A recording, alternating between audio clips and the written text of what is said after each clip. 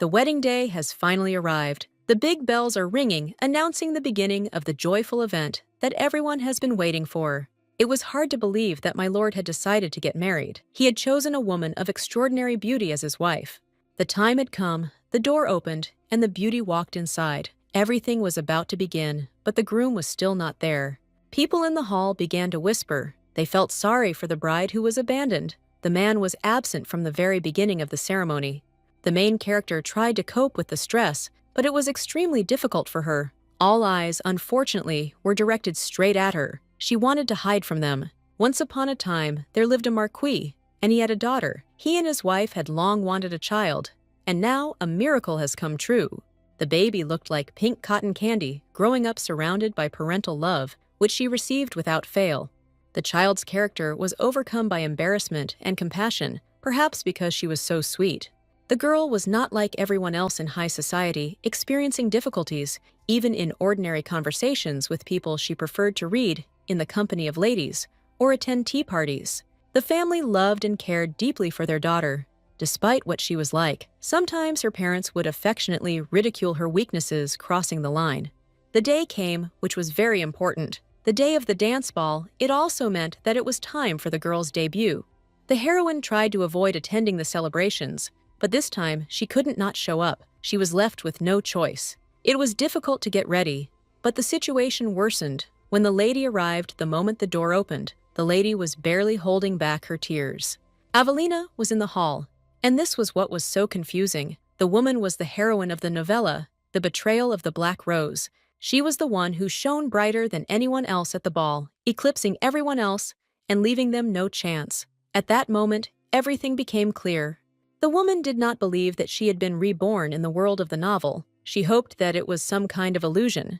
In her past life, the heroine was shy and weak-willed, just like in her new body. She was afraid of people, and all interactions left her exhausted.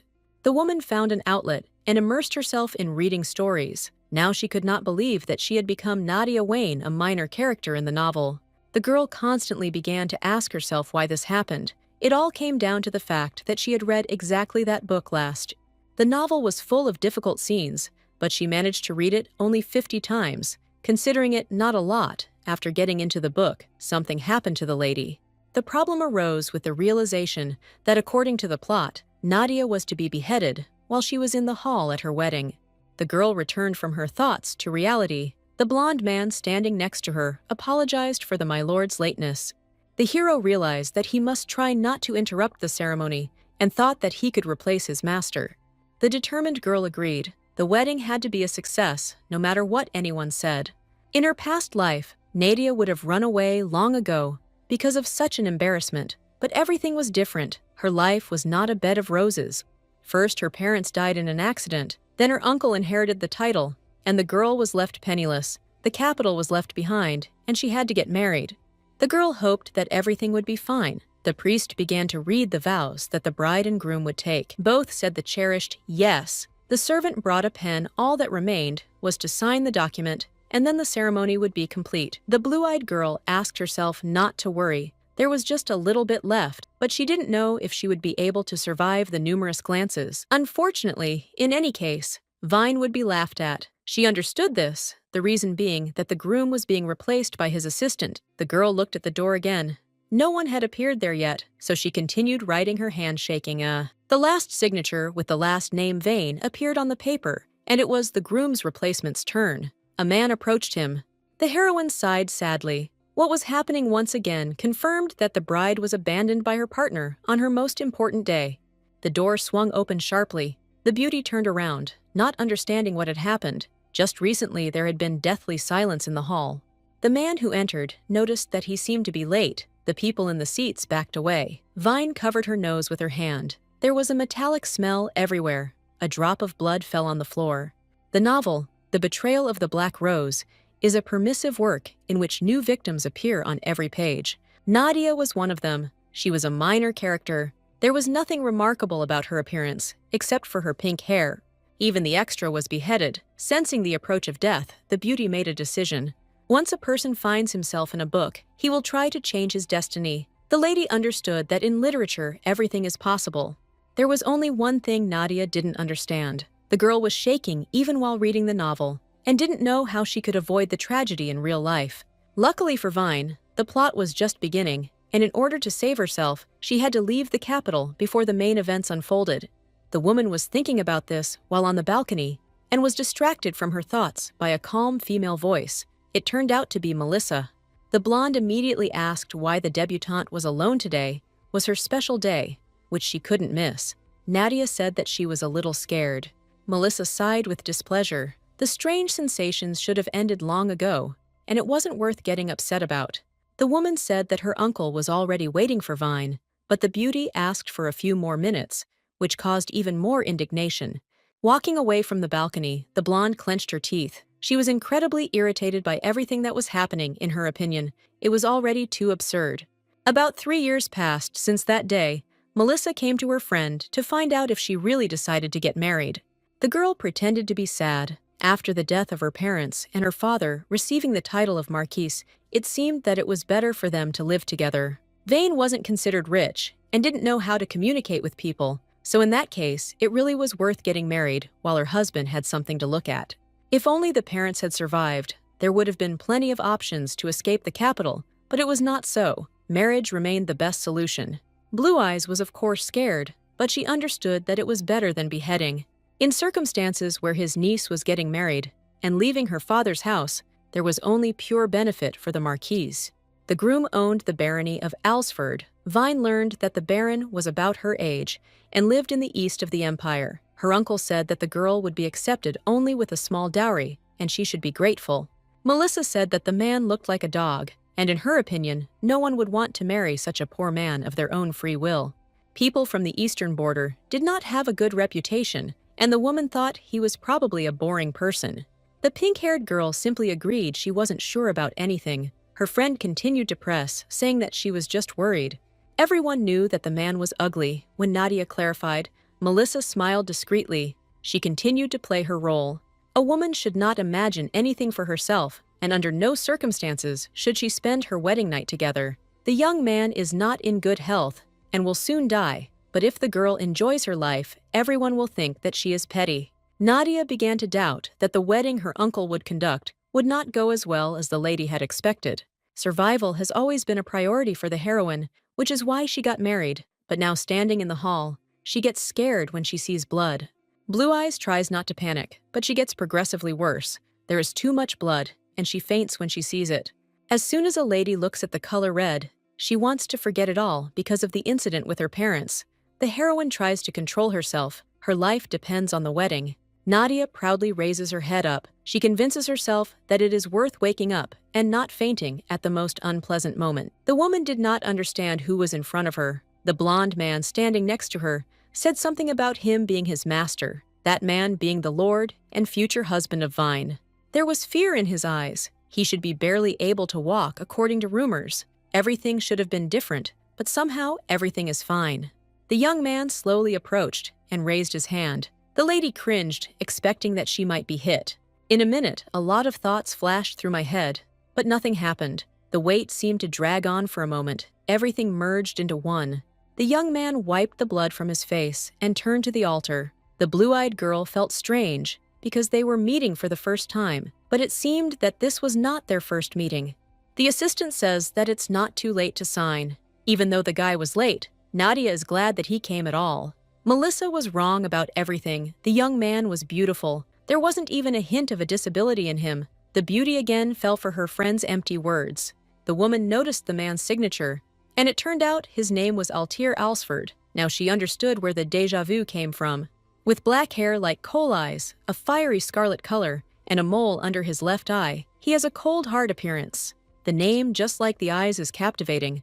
Altier is the most terrifying character in the novel. It was he who cut off Nadia's head. The woman remembers reading that after some time, the guy distinguished himself on the battlefield, received land, and became a duke. The girl was so busy thinking about the capital that she forgot who her fiancé was. Now the blue-eyed girl understands that she has problems. The first life ended in a car accident, and the second, it seems, will end in execution at the hands of a villain. The little girl understands that what is happening is unfair. She just wants to die normally and live to old age. The beauty tries to calm herself down again. It's worth remembering that everything will be fine because no one is born a villain. The girl noticed that the main events had not yet begun, which meant that it was worth preventing the transformation. Opening her eyes, the blue-eyed girl looks at the young man. For some reason, it's hard for her to imagine him as kind, especially without a face. The man cast a suspicious glance, but it terrified the heroine so much that she froze, realizing that she had stopped thinking. The woman turned towards the hall. She didn't notice the reaction. If you think about it, despite the fact that the young man showed up covered in blood, no one cared. The blonde asks if the gentleman managed to do everything. He nodded, saying that he had already killed everyone. The girl froze. The hero decided to leave a few, alive to chat with them. The heroine feels as if she can't move from the spot. The cold pincers of fear have taken hold of her. The brunette ordered Nadia to come to her senses. Her head could fall at any moment. It was worth making sure that he didn't kill his own wife. The lady fainted and was carried to Alsford Castle. The doctor explained that the girl must have been tired from the journey, but there was nothing serious. The man raised an eyebrow. He had never heard of people falling from exhaustion. This was too much, even for such a fragile girl. Not taking into account the gentleman, this can happen to anyone. The doctor said that since the woman is at risk, she should be monitored. The young man is angry with the girl. The brunette immediately begins to get ready, promising that he will prescribe treatment. He was frightened by the atmosphere. The knight who came closer asked to change his facial expression and tone. It was scary to imagine how other people would react to this. Alsford tuts at his wife so much that even the doctor gets scared. The hero doesn't understand again. His opinion differs from Blank's. The young man has problems because he thinks he was polite. He said he didn't even swear, so he thinks everything is quite tolerable. A lordly tone is needed to put a man in his place, but it's too much for a lady. Perhaps he just doesn't like bending over to interact with Nadia. The brunette snorted. He caught the one who was hunting his wife. This is already a sign of kindness. Blank reminds that the hunt was also on Alsford, and since he has no heir, they tried to harm the woman at the same time. The blonde reminds him why the young man got married. Altair needs an heir as soon as possible. Blank suggested having dinner with the woman tomorrow. He would arrange everything, or the gentleman would cook something himself, something that would lift Nadia's spirits. The reasoning is calm and sound. Before becoming a good husband, you need to become that kind of person. The blonde promises to help. It's time to leave, but the knight reminds them that their wedding night is coming soon. The brunette becomes aggressive, but they ask him to remain silent so as not to wake the lady. The young man looked at his wife with a hint of a smile. Blank immediately noticed that this was the first time something like this had happened. He regretted it because he had almost been killed. A clear morning arrived. The beauty got out of bed and went to the mirror. She needed to tidy herself up. Looking at herself in the reflection, Nadia understood perfectly well that a good future did not await her. The girl decided to look around. The room was incredibly clean, and it looked like the girl had become the first occupant. It is unclear whether it can be so good from the first day no one touched her. Of course this is great, but the lady begins to understand that she is really hungry. The lady lets out a calm breath, the irony being that hunger makes itself known, even in such an ambiguous situation as this. Blue Eyes shouldn't have been afraid since she was hungry. It meant she was still alive. She should take care of a snack she needed to come to her senses and try to get everything right. The woman remembered that no one forced her to leave the capital. She herself had made a plan to escape and wanted to get married. Consent was given. Nadia repeated the words like a mantra. It was not time for her to be afraid because everything was chosen independently. The girl lightly patted herself on the cheeks. First, she decided to eat, and then the energy to get things done would appear. The blue-eyed girl waited for someone to come for her, but no one was there. This was strange because even if not for breakfast, then the maids were supposed to come to her for makeup. The thought crept into my head that the estate workers had learned about what had happened at the wedding. They could ignore it since even their master didn't like Nadia, and no one needed her in her new place either. Memories come to mind of how after the accident, the girl woke up and her uncle came to see her and found out about everything. It turned out that the baby's parents had died. She didn't believe it and started crying because it was difficult to cope with the pain. Without trying to calm him down, the blonde decided to share some news. That day, he was supposed to become a marquis. Such were the laws of the empire. The uncle could have sent his niece away that very day, but he decided to say that they were blood relatives and the treatment should not be cruel. Smiling, the man asked, not to blame him, but in an instant, the woman turned from a beloved and only daughter into a rejected relative. It all started when the servants ignored Nadia, and her uncle did not give her the required share of the inheritance. Several years have passed since the accident, but everything remains the same. Now the girl is an unloved wife. On their wedding night, the groom did not want to come to her.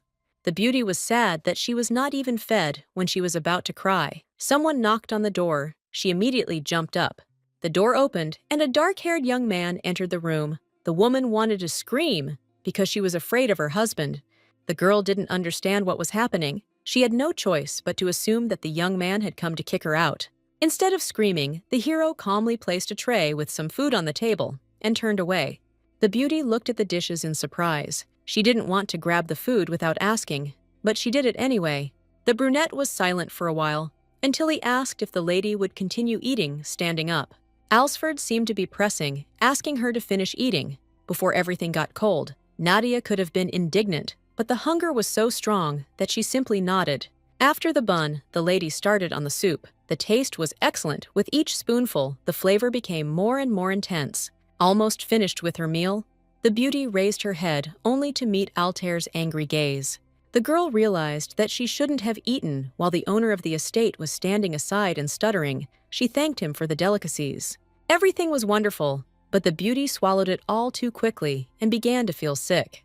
The plates were empty, but her husband was still standing nearby. Nadia quietly asked if he wanted to say something. His gaze made it seem like she needed to ask. There was no answer.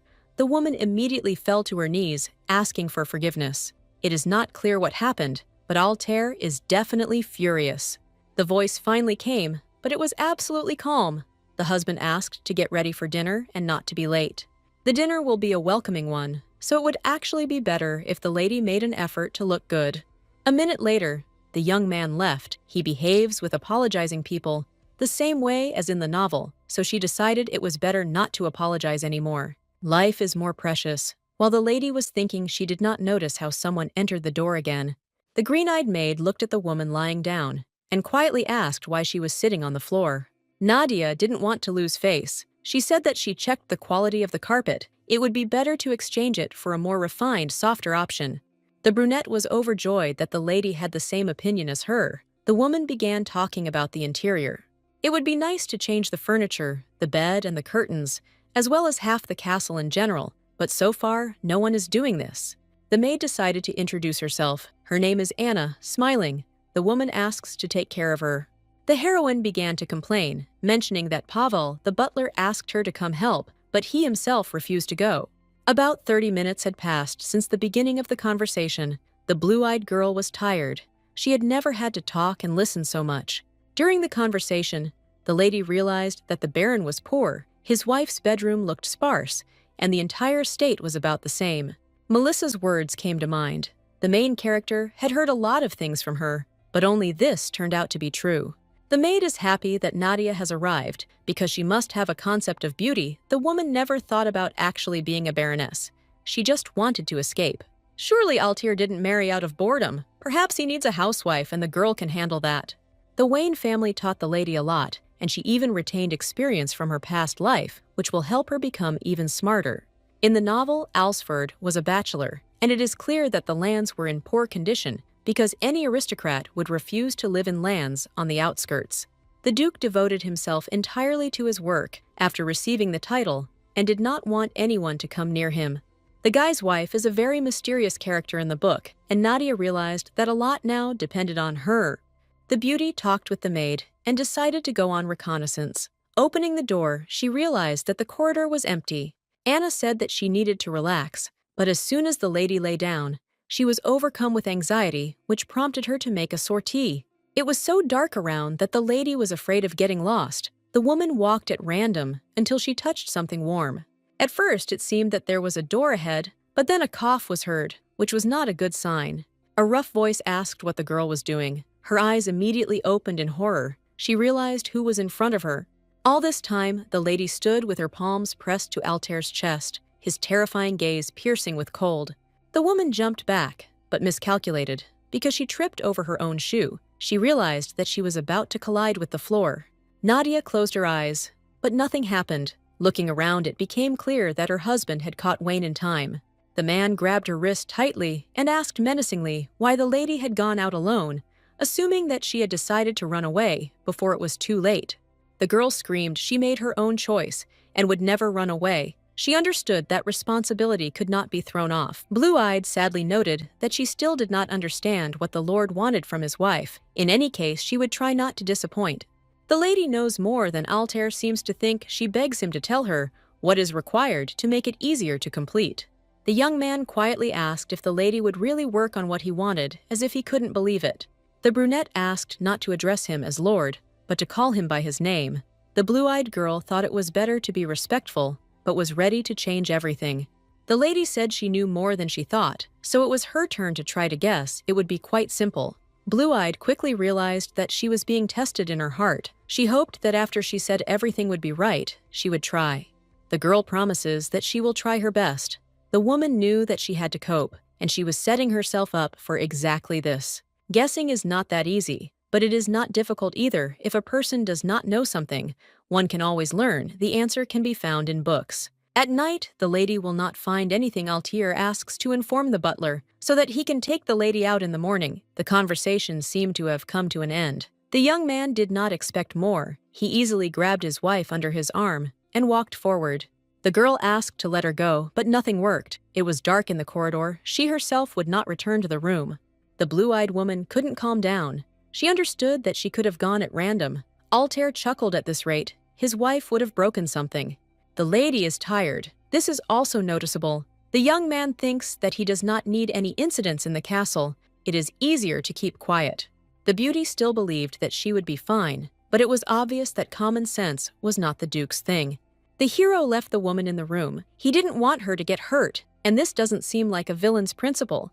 The door swung open. Anna showed up. The blue-eyed girl asked her to knock next time. She nodded, remembering that it was time for them to go. Dinner had begun, and everyone was doing nothing but waiting for the mistress of the estate. The woman jumped up, remembering the master's words that she must not be late. The girl didn't want Altair to stare at her the entire meal, so she asked him to help her get ready. The maid ran from side to side to find everything she needed. The heroine suggested going, as she was the main thing for her, was not to disgrace herself in the process. Laughter could be heard in the knight's room. They had already started eating, and someone suggested that something was wrong with the new mistress.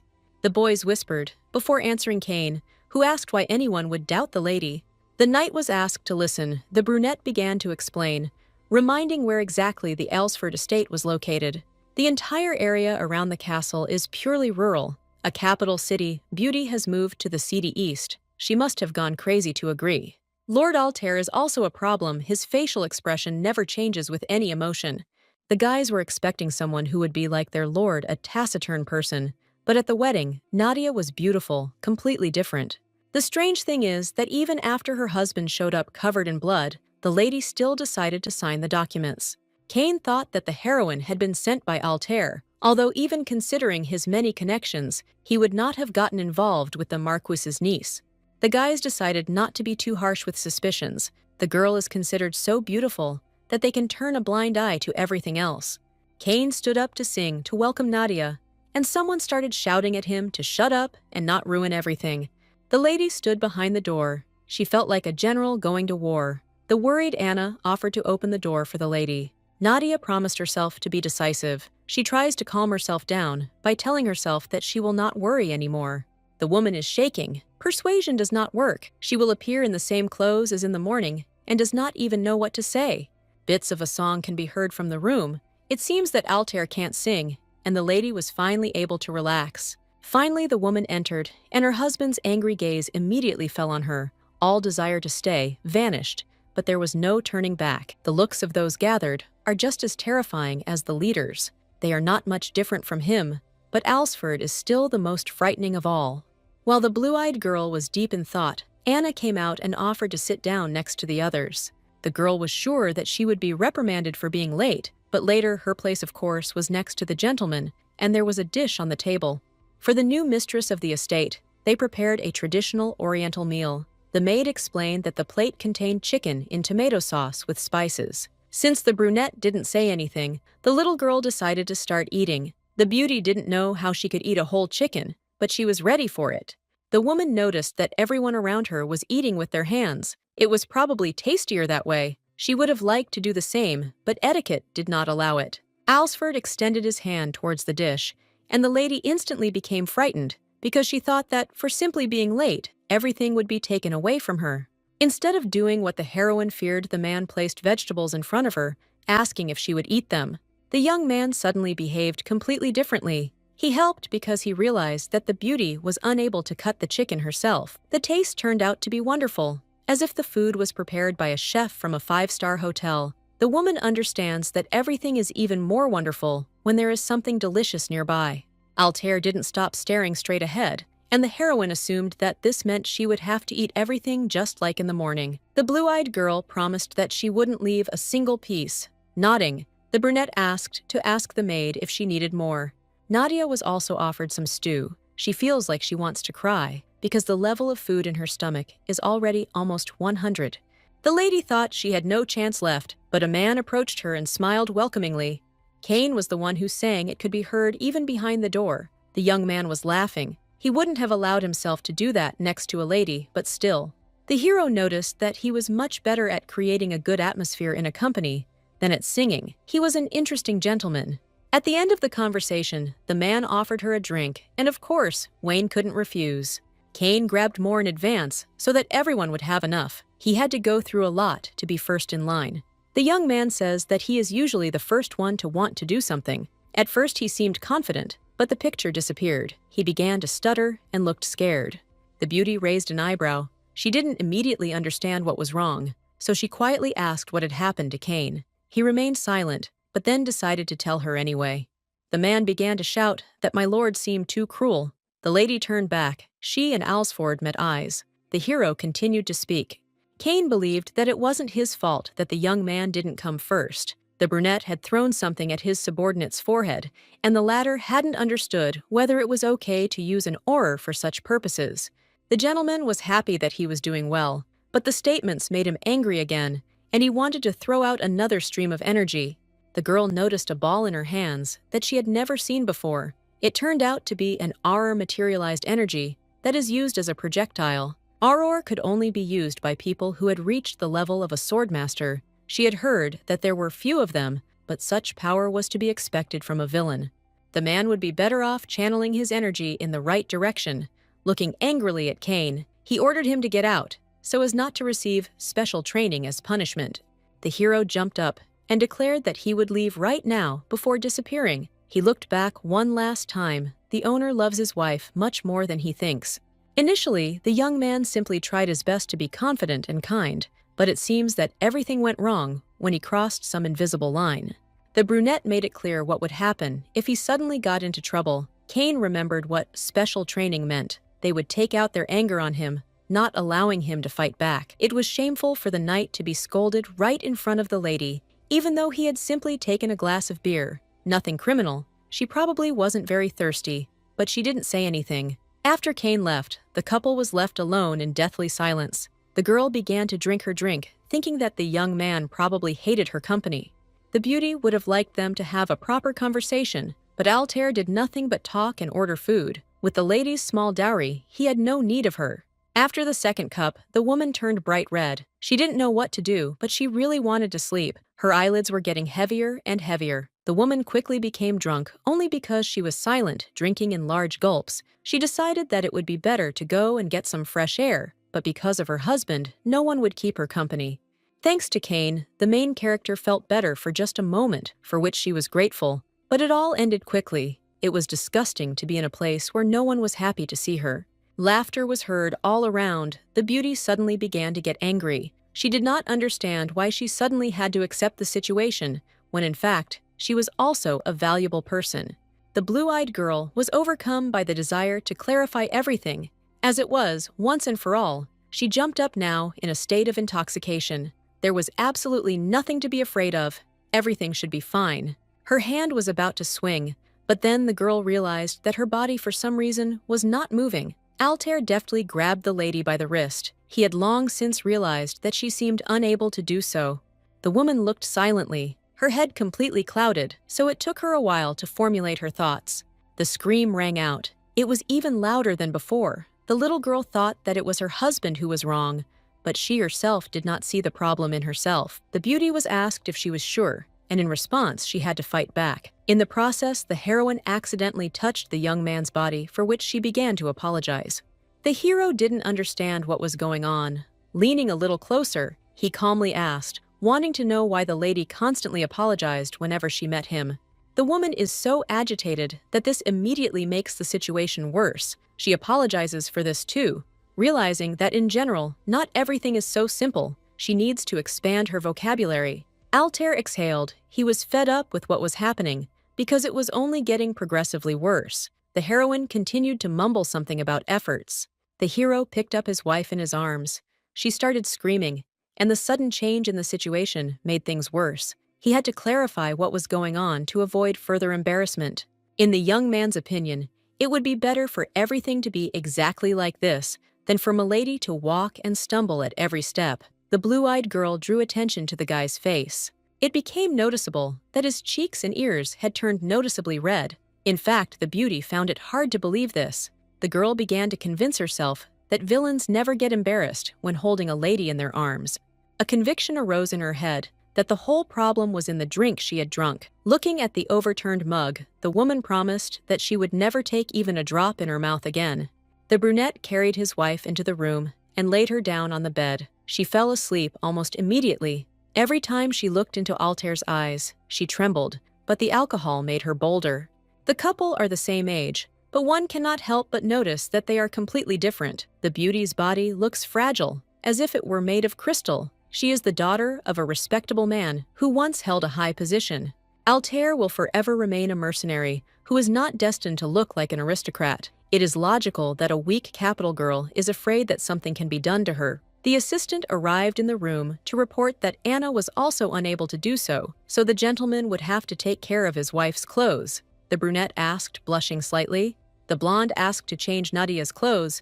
The hero did not understand the owner's indignation, so he assumed that he would have to do it. Hearing this, Alsford became even more angry. The young man knew why he had asked for such a thing. The couple's wedding night had been postponed because the bride had fainted, but the hero should have been with her long ago, not just walking around, just looking at her. The brunette screams he would like to have heirs, but the blue-eyed girl is frightened as soon as she sees him. Unfortunately, the young man did not understand that he should go to meet her and make an effort to free the girl from fear. Everyone remembers how the hero showed up at the wedding covered in blood, the lady, a beautiful girl who grew up in the capital. No wonder she was very struck by such an appearance. Blank said roughly the same thing, seeing that the boys looked alike brothers after all, and adjusting his glasses, the man nodded. Still, Alsford understood that he would inevitably show up at the wedding in the form he was in. Everyone knows that enemies were in first place that day. The host decided to ask about the man they left alive in order to find out information. Blank has already talked to him and says that the man is responsible for everything that happened. The main character is sure that his target was a woman. Nadia, he thinks so.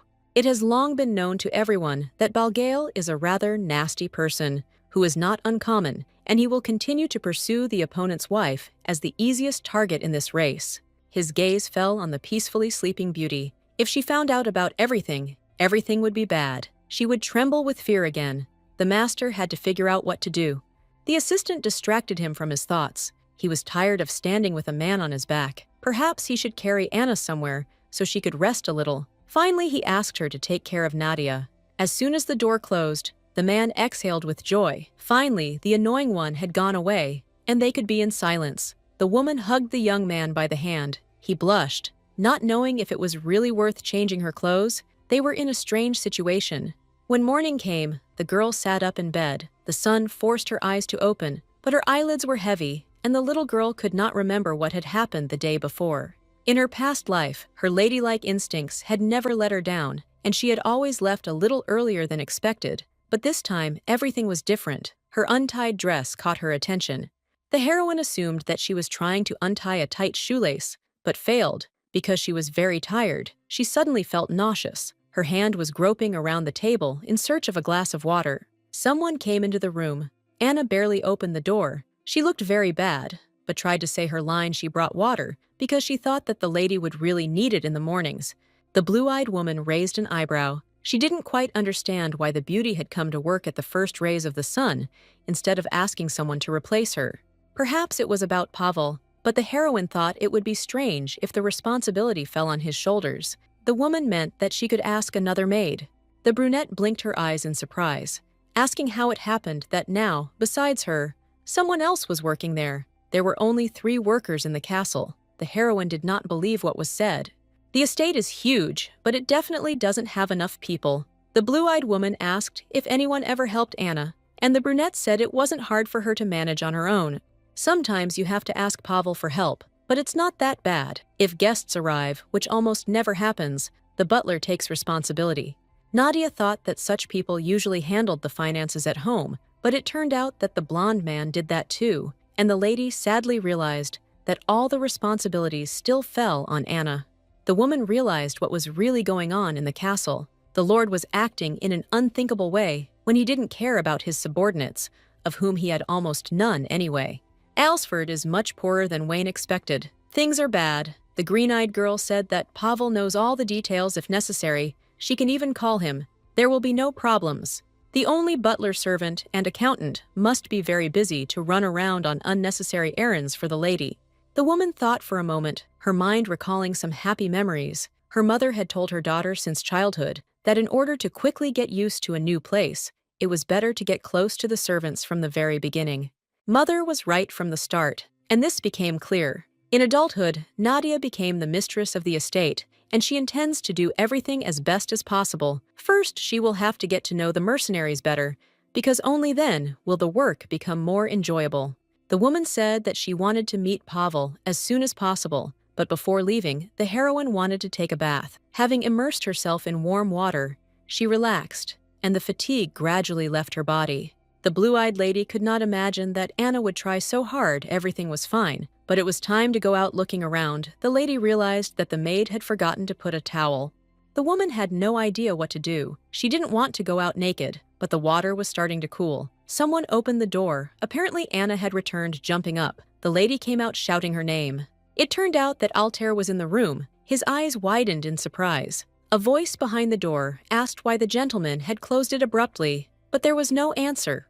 The beauty did not understand what to do. Shame filled her entire consciousness. It became much worse since she could not dry herself off. The maiden decided to at least change her clothes. Blank looked inside. He misheard, or the lady really screamed. He noticed that the young man's face turned scarlet. There had to be a reason for this. The brunette said that nothing had happened, that nothing could have gotten worse, because the assistant had banged on the door, and Alsford yelled that he would deal with his wife himself, and that there was no point in touching him. Left completely alone, the hero blushed again. He wondered why, when he entered, he did not even turn away, but simply stood there like a statue, unable to look away. A few minutes later, the woman appeared again. Nadia explained that this was her room, and that was why she didn't expect to see him. If her husband warned her about his visits in the future, such an incident would never happen again. The young man chuckled. He didn't think it was worth bothering with nonsense if he just wanted to see Wayne. The blue-eyed girl asked again why everything was like this, reminding him that the room belonged to her. The brunette continued more calmly. They were in the shared bedroom. It belonged to him just as much as it did to his wife. The beauty looked scared. It seemed she had made a mistake. The situation had worsened. The man looked at her with disdain. It was normal for a married couple to share quarters, and there was no problem with that. Nadia's eyes widened even more. She hadn't even thought about that. The woman, of course, had never heard of such a thing. She came from the capital, where aristocrats slept with each other only in cases of extreme necessity. High society was poisoned, and in order not to be rejected, everyone there had to behave like everyone else. Even if spouses slept together every day, they would certainly be reproached for indecent behavior. The girl said out loud that since her parents were of noble blood, they were always separated. The young man did not understand whether he should follow such rules. The beauty began to shake. She tried to say something, but she was stopped by throwing a jacket over her head. She wanted to know why the gentleman was angry. When the conversation ended, the hero walked out with his head bowed. What was happening resembled madness. The girl looked so innocent and bright that he could hardly resist the smell. In the hallway, the man met Pavel. The blonde watched the young man's reaction. Noticing that many strange things had happened, he asked if everything was okay. Perhaps the gentleman had hit his head, since he was standing there, as if he was not himself. The brunette thought it was no problem to change the subject. The guy asked why the butler had brought so many papers. They contained bills for 3 years that needed to be delivered to the lady. The gentleman nodded. If the girl doesn't know how to work with this, nothing bad will happen. If she needs help, the man will figure it out. Pavel waved his hand. The lady is from a prestigious place. She probably has experience. The young man was about to leave. It was time to meet Nydia. What he heard opened the hero's eyes. He was in shock. No one dared to see the blue-eyed girl in the form in which she appeared before the man. The assistant was about to leave, but he was abruptly stopped. The villain ordered him not to make any sudden movements and to come only in an hour, maybe better in 2. The brunette explained the situation by saying that it was much better to leave him alone so he could sleep peacefully. The hero was tired, the room needed to be cleaned, and he needed to leave in 3 hours. Each time the gentleman increased the time. It all reached 5 o'clock. Anna came into the room. She noticed that the lady was wearing a cape. It was hot outside, so she found it strange. The woman calmly explained that the maid had forgotten to prepare a towel, and sincere apologies were immediately heard. She had been in such a hurry that she had completely forgotten about it. The blue-eyed woman needed help. She asked if it was okay to share a bedroom with her husband. The brunette nodded. The couple has the right to do this. On the contrary, it is considered normal. The girl nodded. She thought that the room belonged to her because her husband had not shown up for several days. The young man wanted the beauty to rest because she had been feeling unwell for several days and then was drunk after dinner. From the new day on, the two are obliged to sleep together. The girl was horrified. Her routine was bad. This would cause problems. The man would probably say that the woman was just in the way. Looking at her with a menacing look, they might even yell at her. The beauty turned her gaze to the sofa. If they kicked her out of bed, she wouldn't have to sleep on the floor. The green-eyed girl asked what was wrong with the piece of furniture. They were looking at it. It was strange. The woman decided to ask about the butler. He should have arrived by now if the information had been passed on to him. Anna spoke with him, but received a strange answer in response. The young man, as it turned out, only needed to wait 5 hours before visiting the woman. The beauty didn't know what this meant. Perhaps Pavel blurted it out without thinking. There was no need to worry about it. Anna was calling him for dinner, and it was time. The chef cooked for Milady with all his heart, so she enjoyed the delicacies. Exactly 5 hours passed, during which time the woman realized that the words about the time were true. As the maid said, the young man entered exactly at the appointed minute. The first thing the man did was introduce himself, because it seemed they had never met or spoken before, and it seemed that getting close to the hero would not be easy. He looked unusual. Literally, a second later, the man gave an answer to a question that had never been asked. He said that blank was his younger brother, which is probably what the lady thought of when she looked at her friend. It took a little while to understand that they were talking about the one who was replacing Altir at the ceremony due to his busy schedule. The butler suggested calling him by name, just as the Lord himself does. Without giving him a chance to open his mouth again, the handsome man placed a stack of papers on the table. He brought the castle's accounts for 3 years. He thought it would be interesting to know what the situation was like there. The blonde had the keys to the warehouse, although it was empty.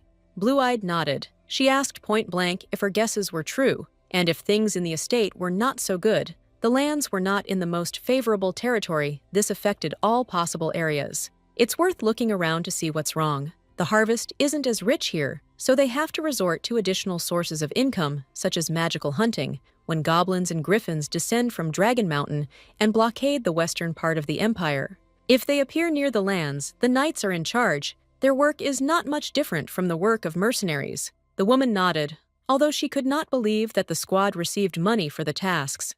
The current situation of the estate is truly horrifying, and even the story did not clarify the situation much. All that the lady realized was that there are no regular sources of income, and magical creatures do not appear on schedule. Pavel nodded. The girl generally knew what they were talking about, and this was something special. The man suggested going for a walk. It was much better to explore everything on your own than to hear about it many times from another person. Of course, the idea turned out to be good. It didn't show anything terrible. The lady gave her consent, but she planned to do it later. The main focus was on the documents that were brought to her. Blue-eyed didn't know how to approach the butler, so she used calm solutions, trying to follow all the rules. She married a man unknown to her lives, in an unfamiliar place. but since this happened, she wants to know as much as possible. Nadia wants to give it her all and wants help with that. The work must be fruitful. The young man froze. He has a strange expression on his face, and for some reason, he decided not to say anything. The woman is worried that she gave too much away. After a few seconds, the blonde smiled warmly. The work would go extremely well, he was sure of it. The butler hoped that Wayne would take care of his subordinates, Alsford and her husband. His eyes sparkled with disbelief. Was it her imagination? Or did the young man smile? It was pleasant. The man would try his best to ensure that the enthusiasm of the arriving aristocrat did not wane. He suggested starting with studying the material. The hero's expression became serious again. The lady couldn't help but notice it. She was distracted, but since it was time to begin, she had to focus on business. The two immersed themselves in papers that foreshadowed a long, tiring day. A lot of time passed. The lady tore herself away from another paper. She realized that the sun outside had long since set. Evening had come. She clung so greedily to the statistics that she did not even notice how quickly time flew by leaving no trace of the sun. After stretching a little, the woman exhaled with a peaceful smile. It seemed she had overexerted herself a little. She should have stopped a little earlier. The beauty looked around. She needed to improve her vision a little after hours of reading.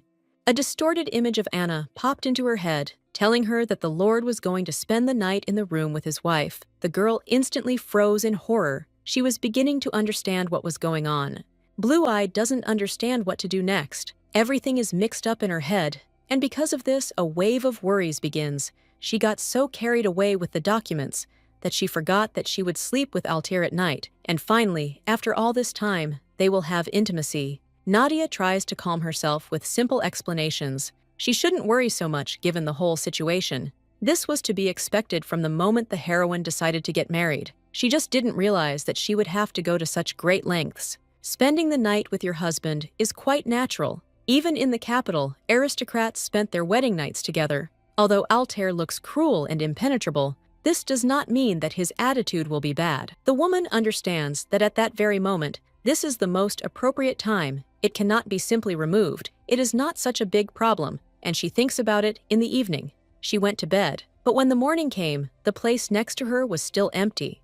The young man never showed up in the bedroom, even though he promised he would be there. Days passed, and he was not there the next day or later. The heroine slept alone, just like on the first day of her stay in the castle, as if no one had made a promise. Another evening came. The lady lay in bed, thinking and assuming that the scenario would repeat itself again. She was ready for anything, but still felt a slight tension to relax. She turned over on her other side and exhaled. Melissa's very words about how a man is not even capable of spending a night with a woman echoed in her head. They seemed to stick to her consciousness. The lady could not get rid of the obsessive voice. She no longer knew whether it was worth getting married at all. When the day came, Pavel went to pick up the owner of the estate. He promised that after they sorted out the paperwork, they would be given a tour of the castle. Everything as it should be. They would spend their time with maximum benefit and overcome all the difficulties quite quickly, because a wonderful route had been found. To begin with, the young man showed the living room, then the dining room, and several other rooms that seemed to be the best fit. After half an hour, the lady realized that the situation was even worse than with the documents. There was a lot of work to do, and there would be no more rest. She remembered that it was worth considering the fact that the budget was very small, even tiny. Ultimately, it all came down to a lack of funds that could speed up the process of restoring the castle. She would like the situation to be more stable. Blue Eyes thought that making money in the deserted territory would be difficult. As the butler had said, if they had such an opportunity, they would have taken advantage of the opportunity long ago. They needed another source of income that would replace magical monster hunting. The woman was distracted. She was so deeply immersed in her thoughts that she did not notice how they walked forward along the corridor. The knights live in the room they came to, and outside there is a training ground. If the heroine wishes, they can take a look. The beauty nodded. She was not going to refuse a good opportunity to do something. Altair was also training. Nadia did not understand much about fencing, but she had a feeling that he would have no equal there, given his physical training. The beauty looked around, and an idea came to her mind to ask what was bothering her. In a calm voice, she asked where the Lord had been sleeping for the last few days. Pavel shrugged, assuming that he was spending the night in his chambers. The woman lowered her head sadly. She had to tell the truth. The man had not appeared in his chambers for the last few days. Unfortunately, this was a truth that she would like to change somehow. The young man reacted a little strangely. He looked a little angry instead of answering the girl. He went to the edge of the balcony and shouted to the Lord. The young man ordered him to clean up one of the rooms. He probably spent the night there without telling anyone about it. The brunette started shouting back, showing that he was angry. The knights were training with him right now, but the hero interrupted, disturbing him. It didn't matter to the man where he slept, and Pavel shouldn't have cared either. The assistant said that Nadia was interested in this. The hero, hearing his wife's name, perked up and asked again if it was true. At that moment, their eyes met. The woman didn't understand why her husband was angry. His gaze was incredibly frightening, although she tried to control herself as best she could. The conversation didn't continue. He returned to his training. The aristocrat began to realize what was really going on. The man had been deliberately avoiding his wife without explaining why. It was sad when this realization came, but it was better not to think about the bad. Perhaps the young man didn't want to cause any inconvenience. He wanted to be a gentleman. The news about the shared room frightened Nadia incredibly, and she was stupid enough to show her emotions. His Grace turned away abruptly. The knights were surprised by this, but for Wayne, this was not news. She realized that she was simply indifferent to her husband. Alas, this is true. The man was probably tired of the lady's stupid behavior. She couldn't help but doubt it. Pavel asked her not to worry. She still decided to tell the truth. The lady recently made a mistake. She got out of the bath naked, without even thinking that now she would not be alone in the room. The butler screamed in horror, as if what was said had truly shocked him. He did not believe that the master had seen his naked wife. The girl tried to justify herself. At first, she thought that Anna had come. If she had known that it was not the maid, she would never have come out. The blue-eyed woman was frightened by the reaction. She had seriously screwed up, she had understood before. But the gentleman's assistant clarified the situation, writing everything out and putting it all into perspective. The woman couldn't believe that someone so calm could react so violently. Everyone knows what aristocrats desire. Every noble man would like a pure and innocent girl as his wife, who could dispel making him feel inspired. Nadia walked around the room without clothes. Her husband could not like this. Wayne blamed herself more and more, saying that she should have behaved differently. Instead of running away from the situation, she should take care of it herself. The lady jumped up from the spot, promising that she would return. She urgently needed to meet with Alsford. The lady runs down the stairs, hoping that the brunette is still on the training ground, trying to hurry. She will be able to meet her eyes quickly. Spotted the handsome man. He was already standing at the door, getting ready to leave. The main character accidentally tripped on a step. She realized that now she would meet face to face with the ground. The girl seemed to be floating in the air, thinking that this is how this life would end. A second later, she felt nothing, not understanding why. Instead of the floor, she felt something soft. The woman accidentally hit her husband, who fell to the ground instead of her, but she simply landed on his chest, raising an eyebrow. The young man asks with displeasure if Nadia will continue to lie on him, apologizing. She shouts that she is getting up right now, so as not to cause more inconvenience. The little girl was about to jump up, but felt that she couldn't. She suddenly felt a weakness in her legs that didn't allow her to move. It became difficult to breathe from fear, and this was a problem. A calm voice was heard. The man ordered to say something. The blue-eyed girl was probably in such a hurry to say something because the brunette wanted to hear the news as soon as possible, without wasting any time. The girl is shaking. Her husband's face is too close. His eyes remain just as angry. She wants to ask what's wrong, but in her heart, she understands that her fall has ruined his mood even more. The woman announced that she is leaving. Alsford asked again, doubts showing on his face. Nadia said that she was the one who made a mistake. It would be better if she left the room in which she lived. Still belonged to a man. She had no right to kick him out like that, literally forcing him with her actions. The young man left the bedroom because of his wife. She no longer wanted to cause him discomfort by leaving him to sleep in other rooms. Altair didn't understand what mistake they were talking about. It was strange to him, but the realization didn't help in any way. The girl decided to remind her that on that day, she took off her clothes after taking a bath and walked around the room just like that. After that, her husband no longer appeared in the bedroom, and then he didn't want to see her at the training ground either, demonstratively turning away and starting to ignore her. The brunette cleared his throat. The image of Nadia in her beautiful form was still fresh in his head. Blushing a little, he decided to explain that the reason why he was sleeping in another place was because he couldn't hold back, and if he couldn't, the inevitable would happen. If you think about it, it is still connected with the beauty, but it is not so simple, the young man reassured. From now on, there is no point in judging by someone else's behavior. Whether she did well, nothing terrible happened that day. The woman simply realized that she was mistaken in her feelings. The blue-eyed woman was involuntarily surprised. She looked straight into the eyes, trying to find the truth there. For the first time, Altair became so open to the lady, or was she just sleeping? After all, they were. In reality, the words would remain. The brunette brought her out of her thoughts, asking if the girl understood everything. They were still sitting on the ground, so he helped the girl get up. The beauty nodded, and before she could say anything, she sneezed. Because of what happened, Alsford perked up, grabbing his wife by the hand. The man promised that he would now take the lady to the doctor, so that they would all feel better. The woman began to resist. She sneezed because she was worried everything was fine with her health. The hero froze, asking again if this was true. Altair noticed that the girl was full of surprises. He already had a description of Nadia in his head, but she kept adding more and more new ideas. Silence fell on the sight.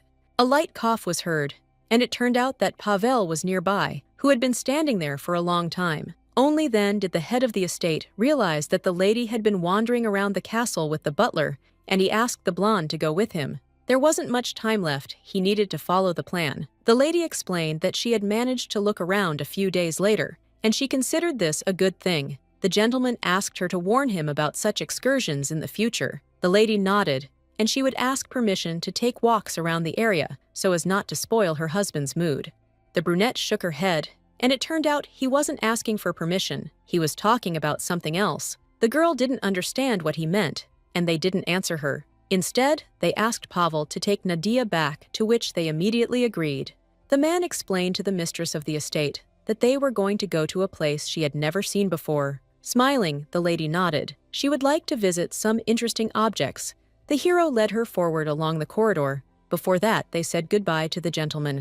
Blank arrived to see Alsford. His training had also finished. They were talking about something important, but the lady standing to the side could not say what the topic was between them. The woman decided that she would walk carefully so as not to distract them and not get caught in the heat of the moment.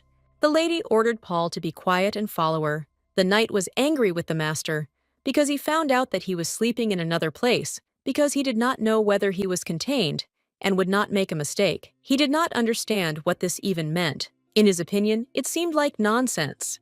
The blonde begged the guy to do that very thing after all. That's why he got married. The brunette took a stance, believing that it was wrong. There was no law that forced one to belong to marriage. No matter how long he tried to stop, he didn't want to force a woman. It was time to talk about more important things. The hero hit his subordinate on the knee with his shoe just to shut him up. He began to nod, declaring that the master was right, but he still needed to try harder and more diligently. It was better for him to be like a male peacock, which attracts the attention of a female. Alsford thought about it seriously, but it didn't change anything, because he still had a lot of problems. Every time the young man opened his mouth, something terrible happened. He didn't even know what to do in such a case. No one except the head understood his worries. The beauty is constantly frightened. She might think something completely wrong.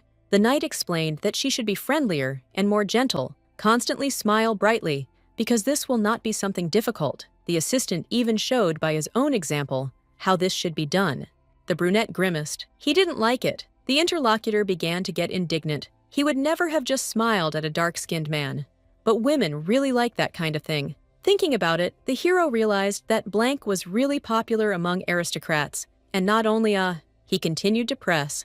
Since the example had already been shown, it was time to try to do something different. The young man showed with his fingers that he needed to raise the corners of his lips and appear cute. The gentleman did not understand why he should do something like that. It was strange. An image of Nadia came into his head, so sad and scared, like a defenseless bunny. Alsford didn't understand if it was really so frightening. He never wanted to scare his own wife so much that she would not want to be around him later. Still having agreed, the young man decided to at least try. He smiled, but this only scared Blanc because his look was even more frightening. Stuttering a little, the hero decided to tell the truth what he thought. Of course you can't say what's in your head outright, but he understood that it would be the right thing to do. It was scary to be around, considering how it looked. It was better never to do that in front of his wife, otherwise she would be forced to flee the estate back to the capital. Milord really didn't want to listen to criticism, so in addition to the knee, he also hit the knight on the forehead and nose. The young man screamed that there was no living place left on him, condemning him directly. But in any case, this wouldn't help. The main character always does whatever he wants. That same day, Blank urgently gathered Altair's subordinates. Surely everyone who had been at the training session had already seen that the future of Alsford was under threat, and for the sake of the land and the Lord, they would have to unite to improve the situation. Everyone understood that if things continued like this, the gentleman would not be able to kiss his wife, let alone have a child. They could barely hold hands. It was too problematic. Blank ordered everyone to be silent. He brought a board with him, and the meeting dedicated to birth issues began. On the agenda was the question of how to bring Nadia and Alsford closer together. Pavel was also invited, but he didn't really like what was happening. He got caught in the crossfire because his brother turned out to be the stupidest one. The blonde man kept asking who among those present had ideas. One of the knights suggested telling Wayne how good Altair is. They say that even a mystical goblin can be summoned by 3 people. Everything will work out. The lady will look at him from a different perspective when she learns something good.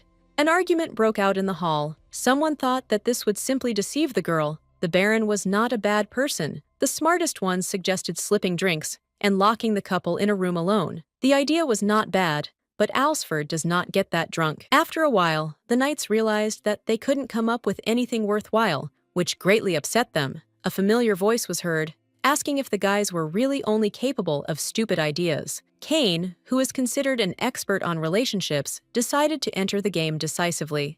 The man smiled. According to the ladies of the estate, he was the 3rd most attractive of all in existence. Some thought that this was an incorrect rating, but he of course did not see a problem with this.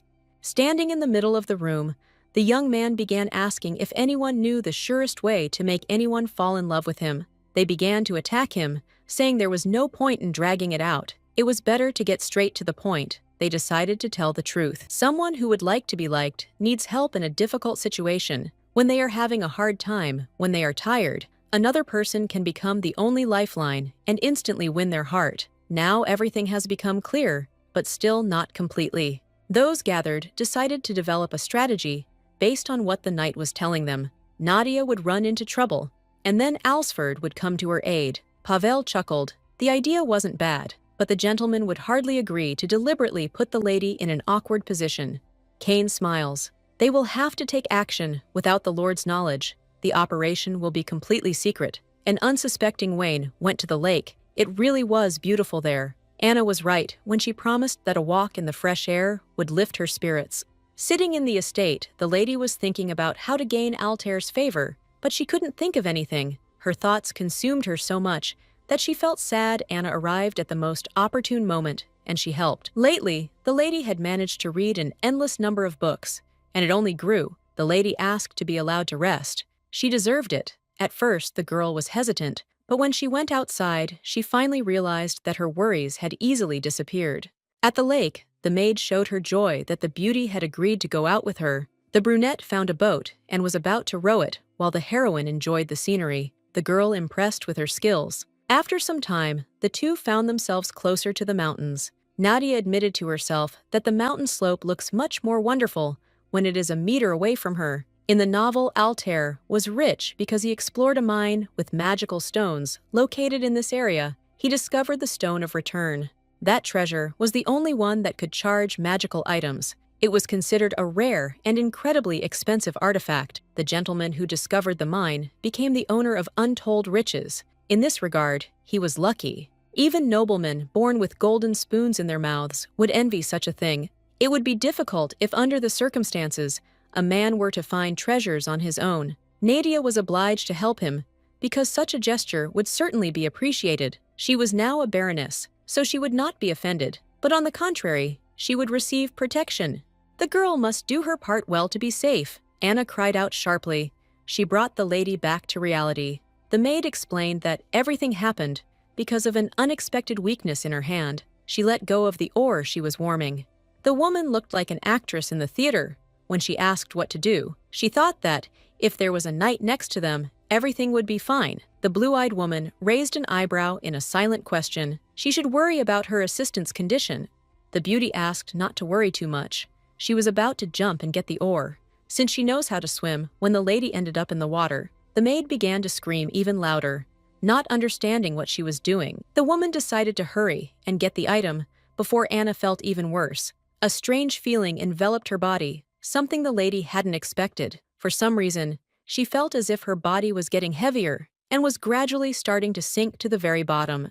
The knights brought the gentleman to the shore. He was dissatisfied the whole way to the river, asking what was so interesting. Their blank lied that there was a group of goblins nearby that should be dealt with. The brunette didn't know why they had to put on this whole circus. He ordered the performance to stop and to explain why it was necessary to lure them by hook or by crook to the pond. The knights pretended not to understand, but it was written on their faces. They were worried. Obviously, they weren't going to answer, and that made them even more angry. Training was coming too easily for them, and if that were the case, the young man would try to make it more difficult so that next time there wouldn't even be a thought of cheating. His eyes were shining with a terrifying light again. The man values those around him, so he decided to conduct a training fight. The guys froze in horror. When they heard this, they realized that it was a one-sided attack that would be used directly on them. The brunette decided to give one last chance to answer correctly. The first one to tell the truth would be freed from beatings. Cain was the first to raise his hand, promising that he would retell the whole truth. Blank pushed him away, shouting that the idea to lure the gentleman to the shore belonged to the knight in dark. The guys were making up all sorts of nonsense again. The hero had long ago realized that if he left, they wouldn't just let it go. A scream was heard that distracted him from the squabble. The voice was calling the lady, so the gentleman was surprised. Most likely his wife was involved. From the shore, the young man noticed pink hair, but it was barely visible from under the water. The lady was indeed drowning. The knights also froze in horror. Everything had not turned out as planned. They had had a completely different plan. According to what the assistants of the head of the estate came up with, Alsford should have arrived on time, and after that handed over the oar that Anna had thrown away. This would have led to her gratitude, and the couple would have been together. Everything should have been different, but now the lady somehow drowns in the water. They realized that it was more important to save the lady now. By the time the boys came to, the milord was no longer there. He jumped up, rushed into the river, and pulled out the girl who seemed to be unconscious due to the water that had gotten into her lungs.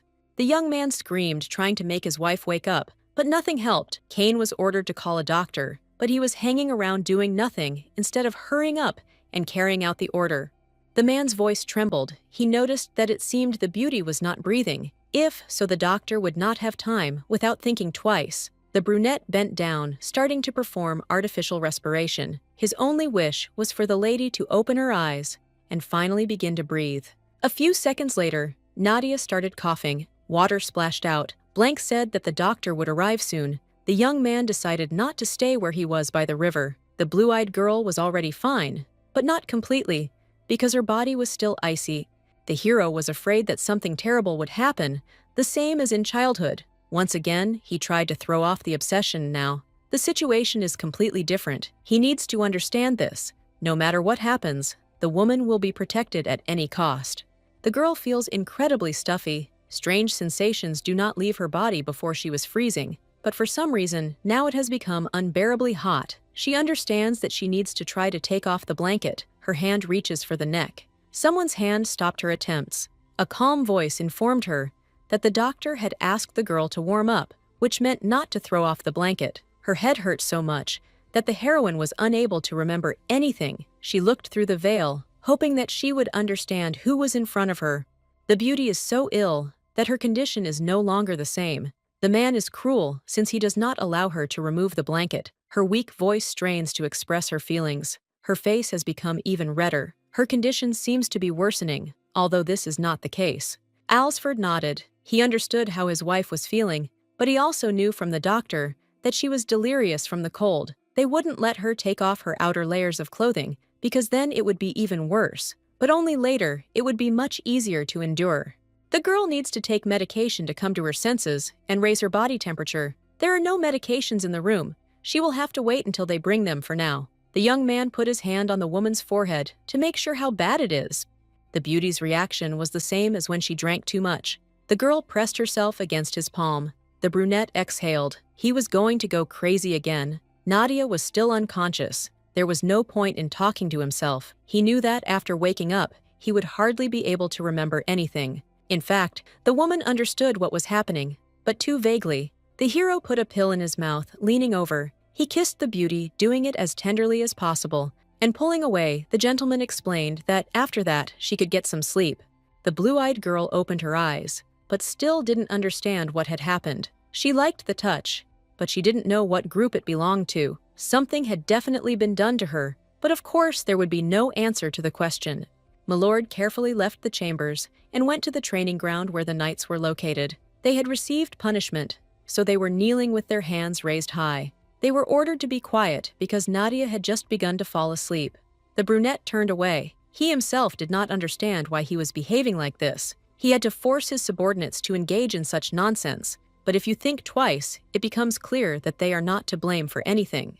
A cry distracted him from his thoughts. Pavel arrived to the master, and when he was asked what was the matter, his facial expression changed dramatically. It turned out that an annoying guest had arrived. He was not ashamed to come at an hour when no one was expected in the castle. Lowering his voice, the blonde reminded that only one individual could have shown up so late. Sir Balgale had arrived uninvited. The gentleman chuckled, and he was against it. First, the man had sent hired killers, and now he had decided to check out the situation himself.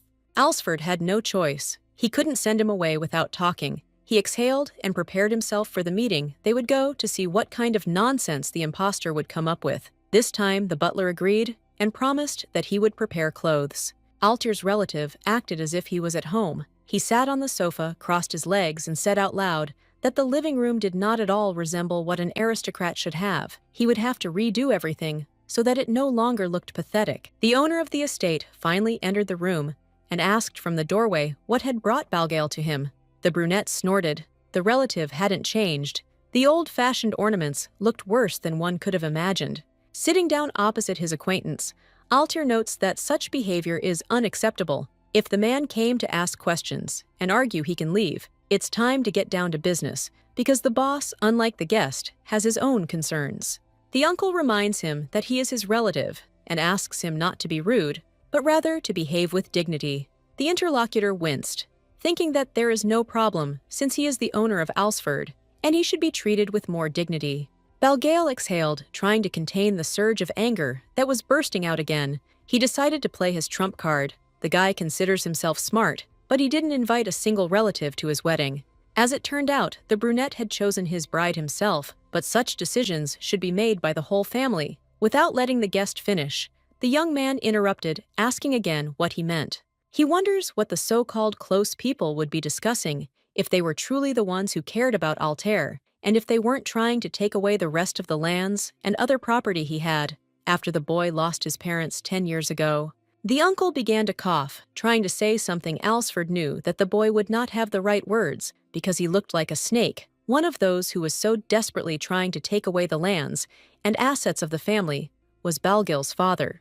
The man remembered how they took everything they could from him after that fire. His life turned upside down one day. The castle was engulfed in flames. In an attempt to put out the fire, people drew water from the lake. They hoped to save at least something. The exit from the master bedroom was blocked. A beam collapsed due to the flames. A 12-year-old boy lost his parents. He remembers that day as if it happened yesterday. Nothing will change that.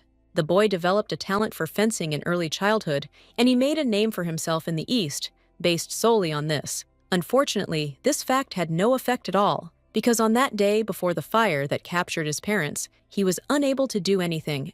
Then, a real nightmare began. All that awaited him on the threshold was the hard life of a baron, filled with helplessness and sadness, which could not be replaced by true happy feelings, which were absent pain, and sadness became the only reality. On the very first day, many relatives appeared, each demanding something Altair's father and mother owed them, so they would have to pay either with money or land. The people around did nothing but bite off a piece. Those gathered called the boy by name to win him over, and played at being friends, but in reality, they were cleverly taking away everything he had. And when he finally came to his senses, after his grief over his parents and what had happened, he realized that he was left with absolutely nothing. The man realized that he shouldn't bend over backwards for others. He had enough of the time he still had to pay for with his poverty. He severed all ties with his named relatives. Balgail, a greedy snob, wasn't satisfied with the lands he had taken from him. He even aimed for the title of baron. At first, the young man didn't understand whether his friend would be able to do anything, but then he realized that if Altair didn't have an heir, the throne would be inherited by an impudent man. The boy's uncle was angry that he had married after all, since he had deliberately spread rumors. He hoped that no one would marry a poor man, but for some reason, a girl from the Marquis's family wanted to become his wife. She ruined all the plans since the young man was no longer alone. There was nothing to be done.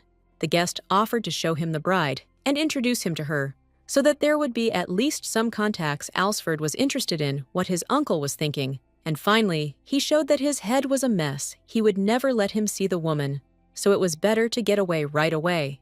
The brunette started shouting. He didn't mention that he brought something important. There was a beautiful envelope on the table. The Eastern Union of Nobles sent an invitation in honor of the wedding. It will be hunting season soon, so we will have to go there together. The hero calmly took the sheet of paper and squeezed it hard, then threw it back. This was a good excuse for a visit. Since his uncle had done his job, it was time for him to leave. The master was not going to tolerate him in his estate. The aristocrat couldn't calm down. He didn't understand how anyone could refuse. His nephew should understand that his capital city wife was used to all sorts of events, and perhaps she even missed them. Marriage with someone whose estates are empty, and besides located outside the city, it must be incredibly boring. Balgail expresses his pity for the lady. She cannot even go out anywhere, only because of Alsford, who is used to living on his own, in silence. The brunette thought for a moment, although he didn't think his relative's words would make him doubt what was happening in the capital. He couldn't imagine the girl giggling for so long, while meeting people and interacting with them with complete calm. Deep down, the guest was glad that it seemed his provocation had worked. He didn't know who this girl was, but if she had decided to marry the one everyone had nicknamed the castrated pauper, then she definitely needed to be dragged out to the most public place possible. Balgail is going to ridicule the unfortunate couple right in front of everyone. He would like to see his nephew's proud face blush with shame. Most likely the hero noticed that mercenaries were sent to him, but he did not find any direct evidence since he does not push forward. Before leaving, the brunette stated that he knew about the arrival of the third orc prince. The baron would have a rare opportunity to meet with members of the royal family, so he would also have to take his wife so as not to receive another portion of aggression. The young man declared that he had a lot of things to do and ran away. Altair remained in his thoughts about hunting competitions. The lady slowly opened her eyes. Her eyelids felt like they were filled with lead. Anna almost immediately ran up to the beauty. She was lucky that she entered the chambers in time. The sun was shining brightly outside. Rubbing her eyes, the beauty asked how long she had slept. The maid, still looking worried, stated that a whole day had passed. According to the doctor, when the girl entered the water, she already had a cold, so her body was under serious stress. The girl realized that she hadn't sneezed out of embarrassment when she fell on her husband. She had been feeling a little ill, and that was precisely what had provoked this. The beauty decided that she was lucky that everything hadn't ended as badly as it could have.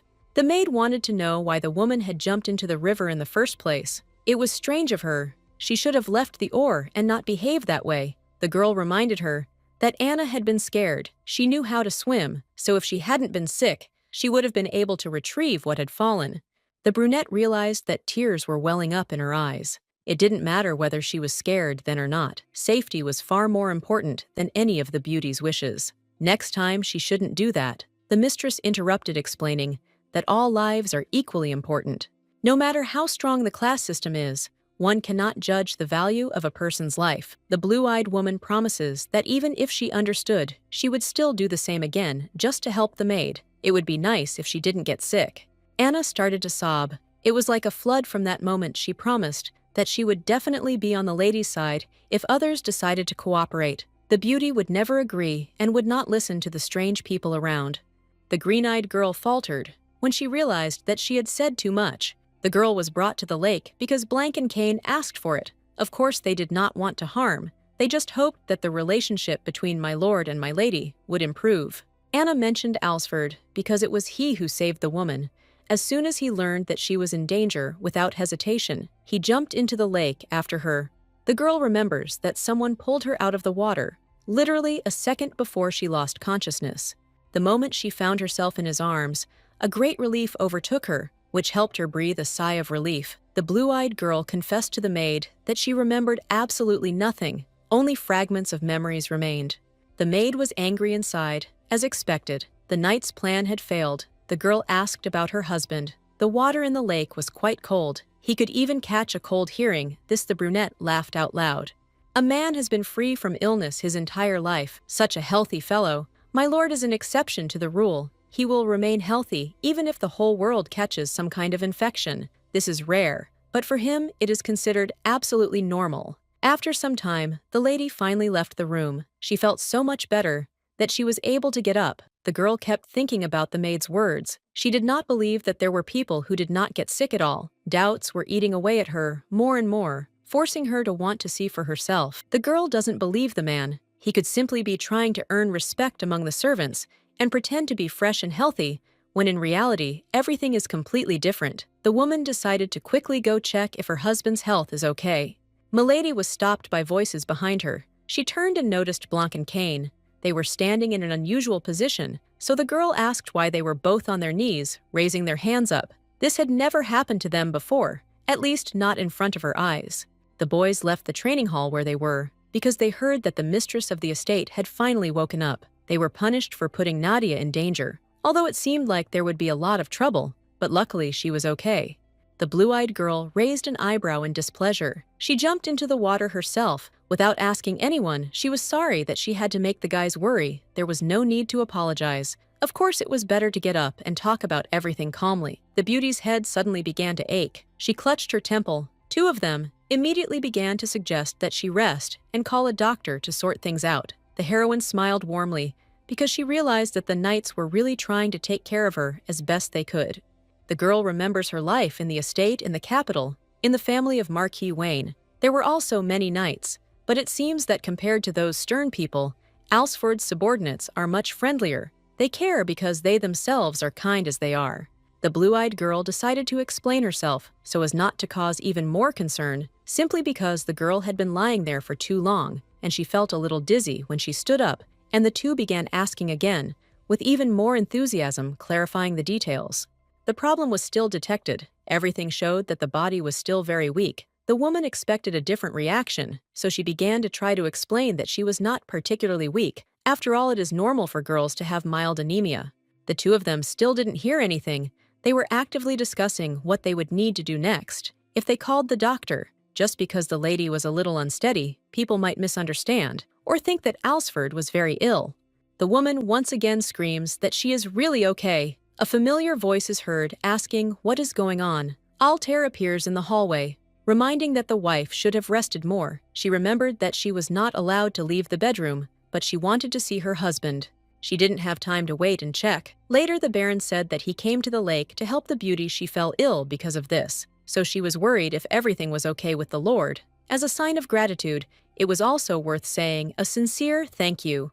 The woman doesn't know why she's shy and stutters only in front of him. It all seems too strange turning away. The Lord said something quickly enough not to focus on it. Concern is ridiculous. He's nothing more than a trifle. The knights couldn't help but notice how the gentleman blushed. The man's complexion was truly good. The girl was happy that he wasn't hurt.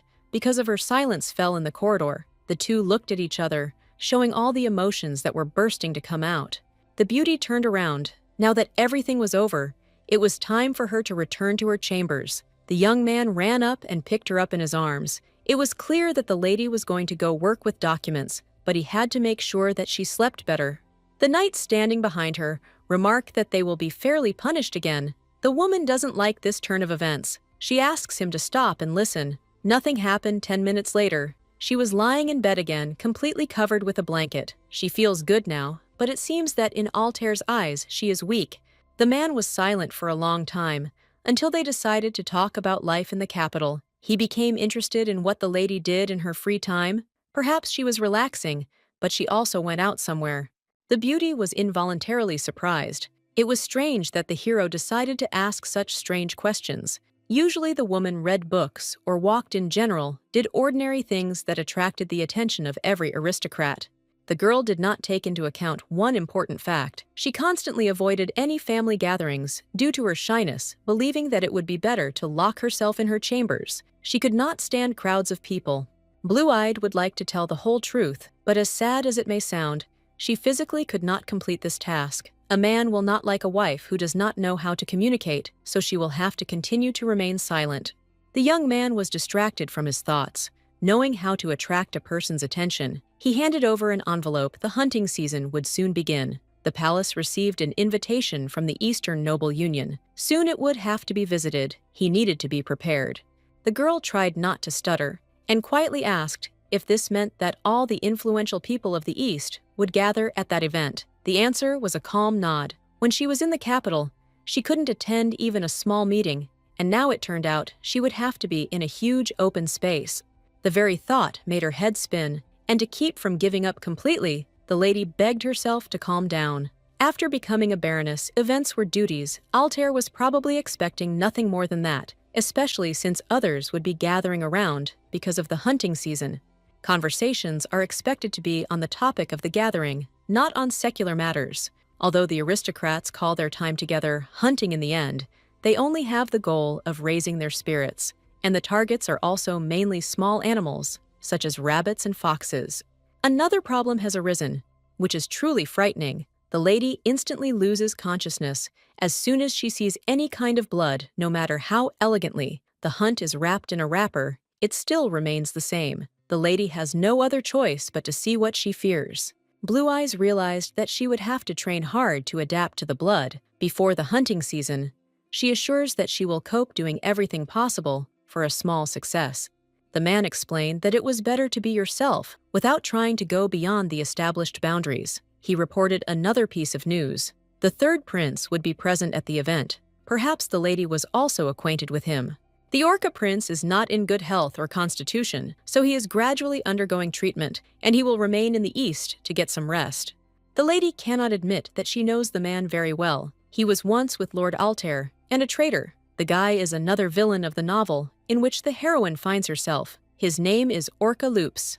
The girl remembered very well the plot of the novel, because the young man was lagging far behind in the race for the throne, because his health was really failing him. No one knew the truth, because all the doctors, as one, repeated the same thing without stopping. As it turned out, the man used his treatment as an excuse to wander around the empire. He actively gathered potential supporters willing to help. He was a man with ambitions that not everyone was able to notice. The most important figure of this man was precisely Altair. The guy became the sword of the third prince. He flooded the capital with the blood of numerous kings and other noble persons. He did this fully aware of what awaited him next. As expected, the main character will be swept away by a bloody riot, and then her head will be cut off. The memories make her shudder all over her body. It becomes more terrible. Returning from her thoughts, the lady clarified with her husband when the selection for the hunting convention will take place. The figure of 2 months was frightening, although it was neither a long nor a short time. Soon there would be a meeting between the one who would become the villain and the one who would lead him down a sinister path. The blue-eyed girl was afraid that the end would be the same as in the novel, but she didn't know how to prevent it. A herd of goosebumps ran across her skin. It became more difficult to breathe. The woman does not know whether she can truly survive the meetings that promise to be strong. She herself did not notice how she began to tremble. Her face instantly turned pale, attracting her husband's attention. The brunette asks, "To just rest first. It's really important to him." The little girl understood that there was no choice anyway, so she nodded, lowering herself back onto the soft pillows. The woman said she'd try to fall asleep as quickly as possible, but despite saying so, she couldn't. Thinking about the future and Orc, she couldn't fall asleep. I wondered if the boys would be close after their first meeting on the hunt. In the book, events slowed down only after the two went to war together, becoming a little closer. The pink-haired girl doesn't know if there's some unsolved plot yet. It's unclear whether they knew each other before the war broke out.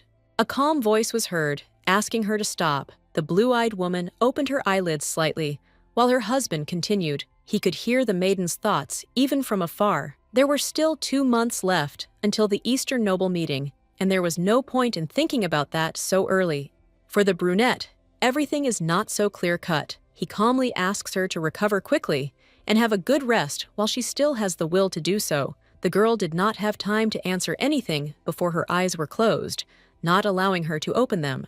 The hand on her forehead was too warm. The beauty felt incredibly pleasant to feel it. This had never happened before.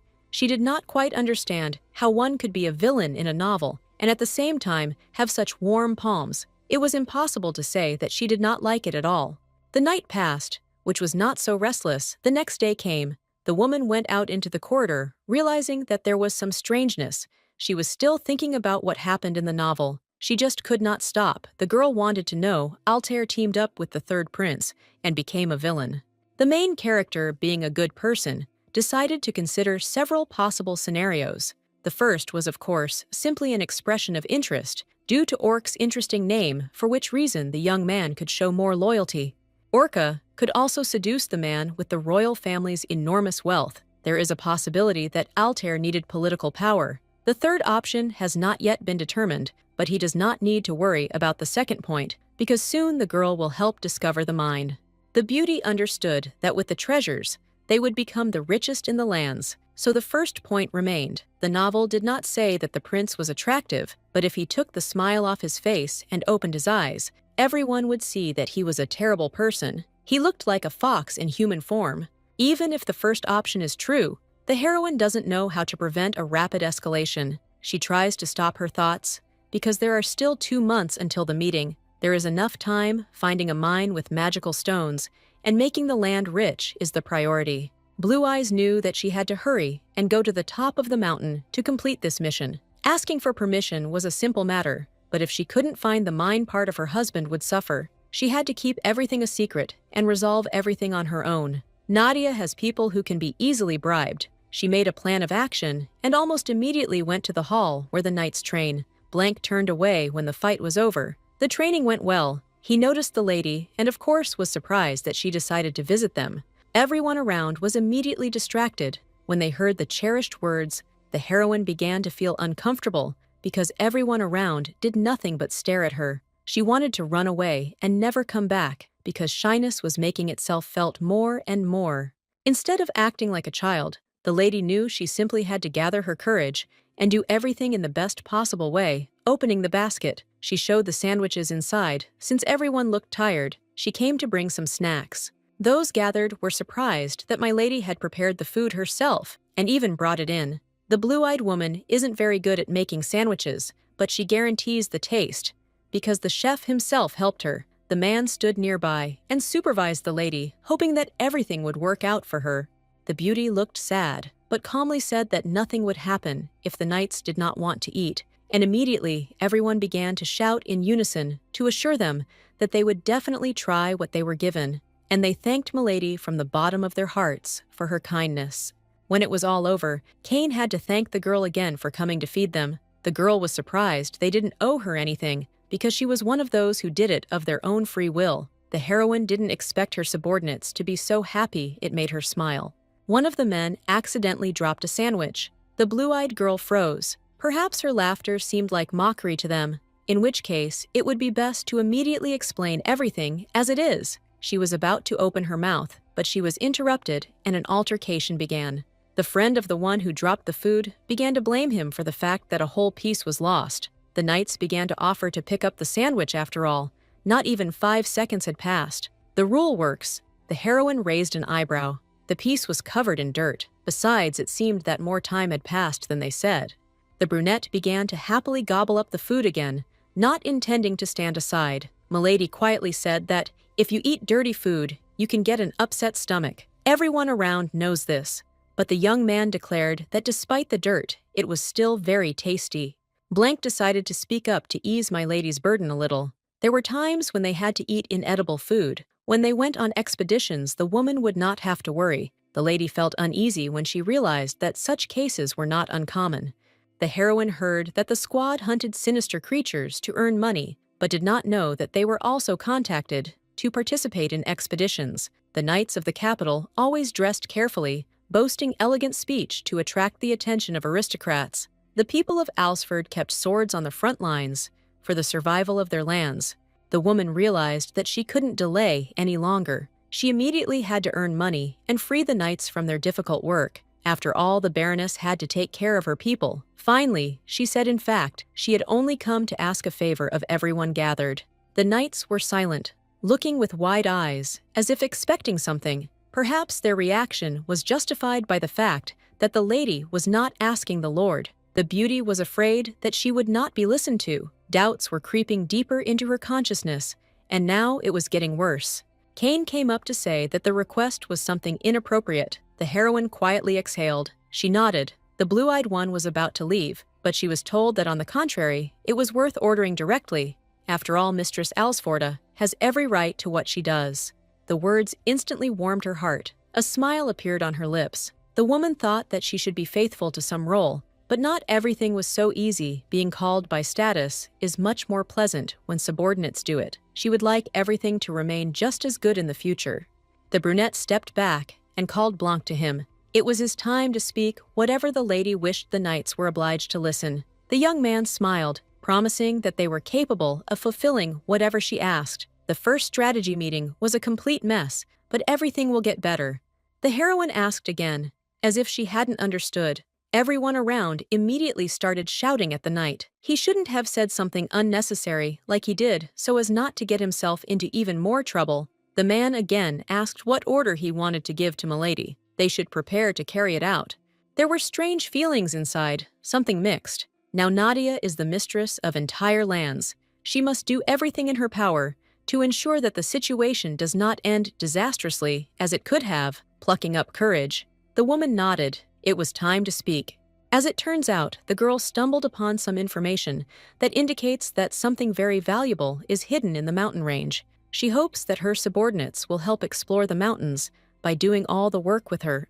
The mission would be secret, which the soldiers didn't immediately believe until they had definitive results. The lady wanted no one to know about the process, and the Lord wasn't destined to be among those in the know either. Blanc asked what the specific purpose of the research was.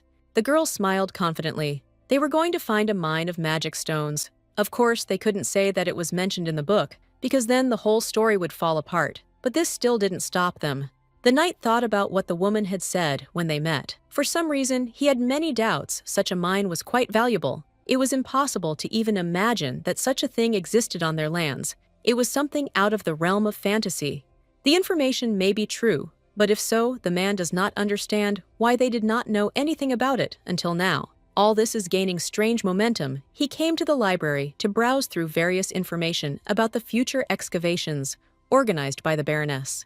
Considering that the mountains were full of dangers, they were probably not easy to explore. And if so, the lady told the pure truth. The thoughts dragged on the hero could not tear himself away even when he entered the office of the owner of the estate. He came to his senses only when his name was loudly called. The brunette wanted to know why the hero was standing in the middle of the office wide-eyed. He didn't tell her what was going on, although that would have been nice. The young man had already opened his mouth to speak, but again remembered the lady's words explaining how he should behave even when the Baron was nearby. The woman hoped for her subordinates' understanding when she asked them to keep their excavations, which were just beginning, a secret. If the man broke his promise, he would later feel bad, as if he had committed a betrayal. The blonde looked silently at the floor, still thinking. The lady said that she didn't want to bother her husband with little things, but not informing him about a significant problem would be considered wrong. Time ran out. The man realized that the decision had been made for him, since his subordinate couldn't find the words. The leader decided to go first. He announced that he was planning to go to Rember very soon in order to catch the dragon. He had spoken about this earlier, but they didn't listen to him. Blanc immediately perked up and started shouting, asking what had happened and why the gentleman had changed his mind. He had abandoned his plan not long ago. Altair calmly explained that it had to be that way. It was all because of the reward. Alsford's annual budget was at risk, and it was worth enduring a little trouble. The payment had to be substantial, but it was worth understanding that there would still be quite a lot of casualties, and in that case, this was not the best option that could exist from those proposed. The brunette nodded. He knew, so he decided to go alone without the knights to help. The leader remained calm, as if he was talking about the budget and not replenishment. Through risks, he was thinking about taking Cain and Blanc with him. but that would leave the territories unprotected if gaps appeared. Balgale would probably make his move trying to take away the status. The blond man remains with a terrible expression on his face. He is genuinely scared. There is no denying that even if there is a lord in front of him, but still catching a dragon alone will be quite a quest. The man asks not to talk nonsense, but rather to abandon the idea before it is too late. The young man lowered his voice and asked menacingly if the assistant was really going to order his boss. After the recent refusal of the request from Romborg Command, requests for monster hunts suddenly stopped. Blank needed to know what this meant for their decision. Requests are usually like this, at least according to the guy. They have never had 3 months without any requests. So in the head's opinion, this is not normal. The knight assumes that someone interfered with the documentation, and thereby cut off ties with the country of Altair. This is probably true. The brunette is angry, but asks that no one but him worry. They simply have to play along once, and they will be ready to shell out a lot of money. There is no such thing as trying to back off at the last moment. Out of the blue, the Lord believed that nothing would happen to him. Blank understood that he had almost been persuaded to agree, but this would not be the best course of action. He understood that he had to do something. The blonde smiled, suggesting that they postpone accepting the request, at least for a while, because nothing would happen from it. No one would get hurt. The young man began from afar, stating that the master's wife had come to the training grounds in the morning and brought personally prepared sandwiches. The headmaster did not like this. He squeezed the paper tightly, asking again, and dividing each word so that his mood could be felt. The knight didn't have time to finish the most important part, because food is not important in this story. The Baroness received information that in the mountains of the territories there is a mine of magic stones. Not believing it, Alsford asked again, as if he was trying to come to his senses and understand what was happening. The lady ordered to explore the mountain range in order to find the mine as soon as possible. Altair chuckled. The idea was worth checking out. He couldn't ask the woman, although he didn't understand where she found this information.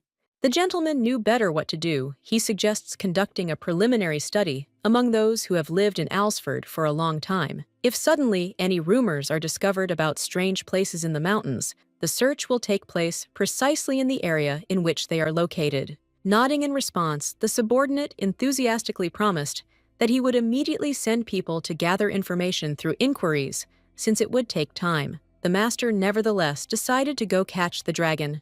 Blank was indignant because he revealed secret information so that the master would remain in the castle. Altair remained completely unperturbed and did not see any problem in his path. A mine of magic stones is one thing, but a feat is another. For him, there is no guarantee of success in the investigation. The young man managed to send a letter accepting the request. This is a necessary decision. There is no choice. Milord cannot allow things to be bad, and therefore will risk his life. The man is sad that everything is like this, but it seems he will not change the situation. He has accepted it, so he no longer hopes for the best. Time passed. The girl was sitting in the main hall. She was cutting meat on a plate until she stopped it. Became clear that if she did not say it, then she would never have the courage to do it again. She raised her voice, which made her husband worry. He thought that the food must be tasteless. The girl shook her head. The food, as always, was top-notch, because the chef really does cook excellently. She just wanted to express her request. The brunette raised an eyebrow because he didn't know where the topic of conversation would lead them. The woman was told the whole truth, so she started from afar. Someone said that her husband was going to go to catch a dragon. The work was very dangerous. Lowering her eyes, the beauty asked if the man could not go but stay next to her. Instead of answering his wife, the protagonist turned to the butler and threatened him not to do anything unnecessary so as not to have problems later. He was not a fool and had long ago realized what had happened, since it was Pavel who had escorted the lady into the room. The blue-eyed woman froze. She realized that she had definitely underestimated the guy's abilities. He so easily understood what needed to be done, and so easily understood that the lady had conspired with the assistant. Alas, he didn't know how to react to this. A little earlier before dinner, the blonde man asked to talk. He didn't want to ask the girl, considering that he was of lower status, but everything had come to this. He would like the heroine to invest some funds in improving the estate, but he had no plans for further development yet. The lady paused for thought. The heroine saw a serious expression on her face, and this made her understand what was being discussed. The Baroness had brought funds that were her direct property. the husband should not interfere thoughtlessly. A request for investment in improving the estate was in essence a signal that something was wrong with the management of the property. The girl would be happy to help, but if a mine were discovered, funds would be needed for its development, which meant that she had no right to use the available money. The beauty had to refuse, explaining that she had already figured out where to invest the funds. Pavel nodded. He understood that he was asking for too much, but he also had his reasons. The Lord was going on a dragon hunt to make money. Hearing this news, the woman perked up, expecting anything, but definitely not this. The blonde continued telling all the details. The young man would probably leave in a few days, but as is well known, hunting an animal can be so dangerous that a fatal outcome would not surprise anyone. Since the lady could not allocate funds, it was necessary to try to persuade the Lord to stay in the estate. Only his wife's wishes are a husband's right to listen to. The woman nodded. She was sad to see her subordinate so upset and agitated, considering how collected he usually was. Altair was a quick thinker, so he immediately revealed the beauty's intentions during dinner. The man calmly asked not to let Pavel carry her mind too far. The Baroness was under no obligation to follow his words, since of course everything wasn't as scary as he was saying. The blue-eyed woman shook her head. She wasn't entirely carried away. She was just worried about the Lord too. The hero didn't believe the words. The feelings are true. The girl is sincerely worried about Altair realizing that she can't change anything. Of course, the man may seem like a terrible villain. However, he is a good person who helped her when she was in trouble and gave her a chance when there was a feeling of oppression from everyone else. The blue-eyed woman didn't think that anyone would ever think of a man as a good person. The world seemed to have turned upside down, despite everything the lady no longer felt. Fear in front of the cold gaze that used to pierce right through her. The heroine decided to explain herself, so as not to seem suspicious. Her feelings are such because they got married, and now the beauty is also considered part of Alsford, like a member of the family. She is also worried about the man, hoping that he will stay where it is safe. When the line was finished, the woman squeezed her eyes shut, hoping that it would all be over. The woman hoped that she had not jumped into the conversation with delicacy. The brunette stood up. He came closer, and as if nothing had happened, asked the girl if she had finished eating, if everything was okay. He even offered to walk her to her room. As soon as the two left the room into the hallway, the man abruptly pressed his wife against the wall. She was surprised. Such a change in mood was incomprehensible. She wanted to understand, to ask questions, but it was better to remain silent so that the situation would not worsen significantly. The brunette began to explain the purpose of his expedition, and again asked not to worry. He said that he could handle it, decided that he would do everything that came his way, and in this case, he was not going to retreat. The situation had changed, so he had no choice but to adapt to the new environment. The Baroness will not remain a widow in any case. These are minor things that she should not worry about so much. This is the wrong step. The heroine listened and heeded attentively, not finding the strength to utter a word in response. Moving a few more centimeters closer, the hero carefully placed his hand on the blue-eyed woman's chin. Instead of worrying a woman could provide support like a real wife, he hoped that the beauty understood what was being discussed. A conflict arose in her head. The lady thought for a second, because she did not know what this meant. Her husband chuckled. Leaving her alone would be a mistake. He also decided to remind her of some basic rules. If guests come and the Lord is absent, they are usually sent back, so as not to be left in the castle. The young man nodded. When he realized that his wife remembered all the details, he decided to check if she had thought about what they might call her. The girl chuckled. They had indeed talked about this not long ago, when they had met in the hallway in complete darkness. The brunette hoped to hear the treasured words, but of course nothing came of it. The lady was still thinking about it. The young man hoped that she would find the answer, at least before the time he returned to Alsford. Nadia nodded. She would try to complete the task. Altair stroked the lady's head and left. As always, he looked more like a good character than a villain. After all, he is a good man that day. Despite the girl's objections, the husband still did not change his plan to go on a solo mission to catch a dragon. The lady sat in the room while Anna helped comb her hair. Wayne didn't understand what would happen next. She had to think a lot about what the young man meant. He obviously wanted to be cared for as a loved one. The woman had read all the books about the manners of an aristocrat, but she couldn't find the answer. The blue-eyed woman was so tired of thinking that she desperately asked the maid if she knew what the riddle meant. The brunette shrugged her shoulders. Her only option was that the Lord was worried about his upcoming battle. He was steadfast, but still probably worried that something would happen. The beauty exhaled. She seemed to understand everything. When the lady expressed concern for the Lord, he asked for support this time, for real. Unfortunately, he had to leave with nothing. The green-eyed began to understand what this meant, but it seemed that the lady was still in deep thought. The baron might desire more sensible concerns, but the maid began to tell him about an Eastern custom that had existed since time immemorial. When a wife made a wish bracelet for her husband, he would set off with a calm conscience to a dangerous place on a mission. Usually, a loving couple wears the same bracelets to wish each other safety when the jewelry remains intact. It means that the spouses are safe. The blue-eyed girl chuckled with interest. She had never heard of such a thing.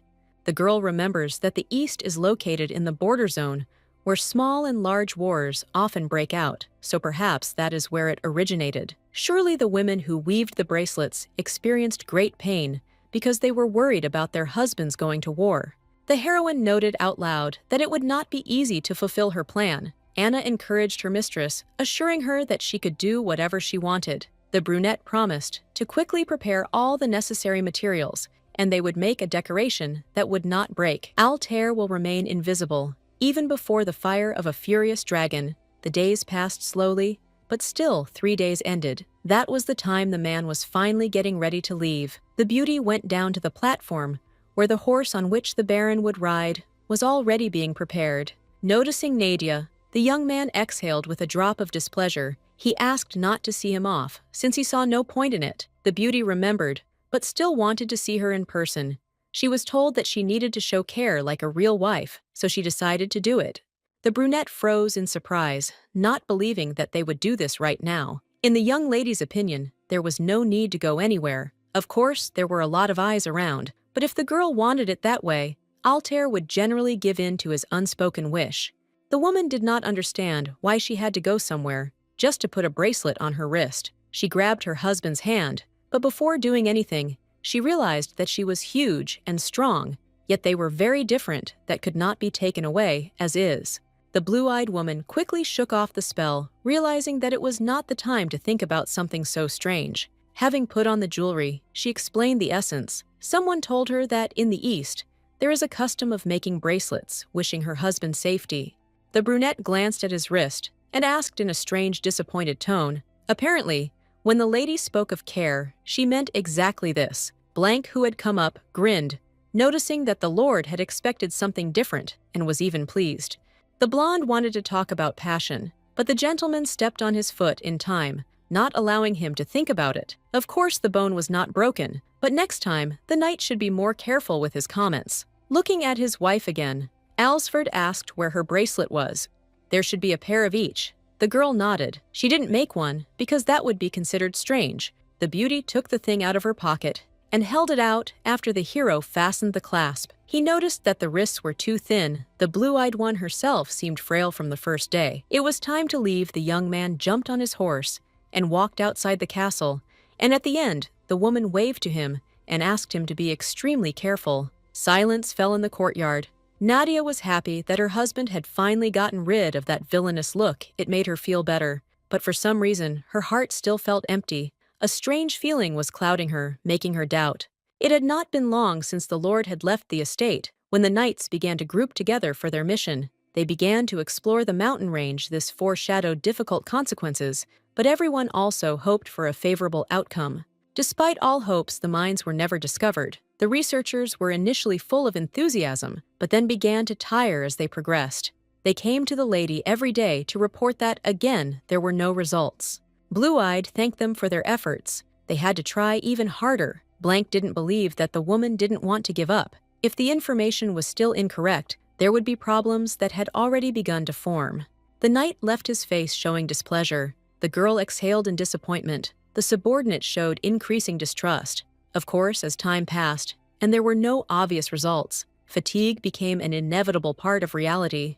The beauty would have given up long ago, but in the end, she won't do this for the simple reason that she has read the book more than 50 times, so she understands what the privilege of the heroes of a fantasy novel remained in her hands.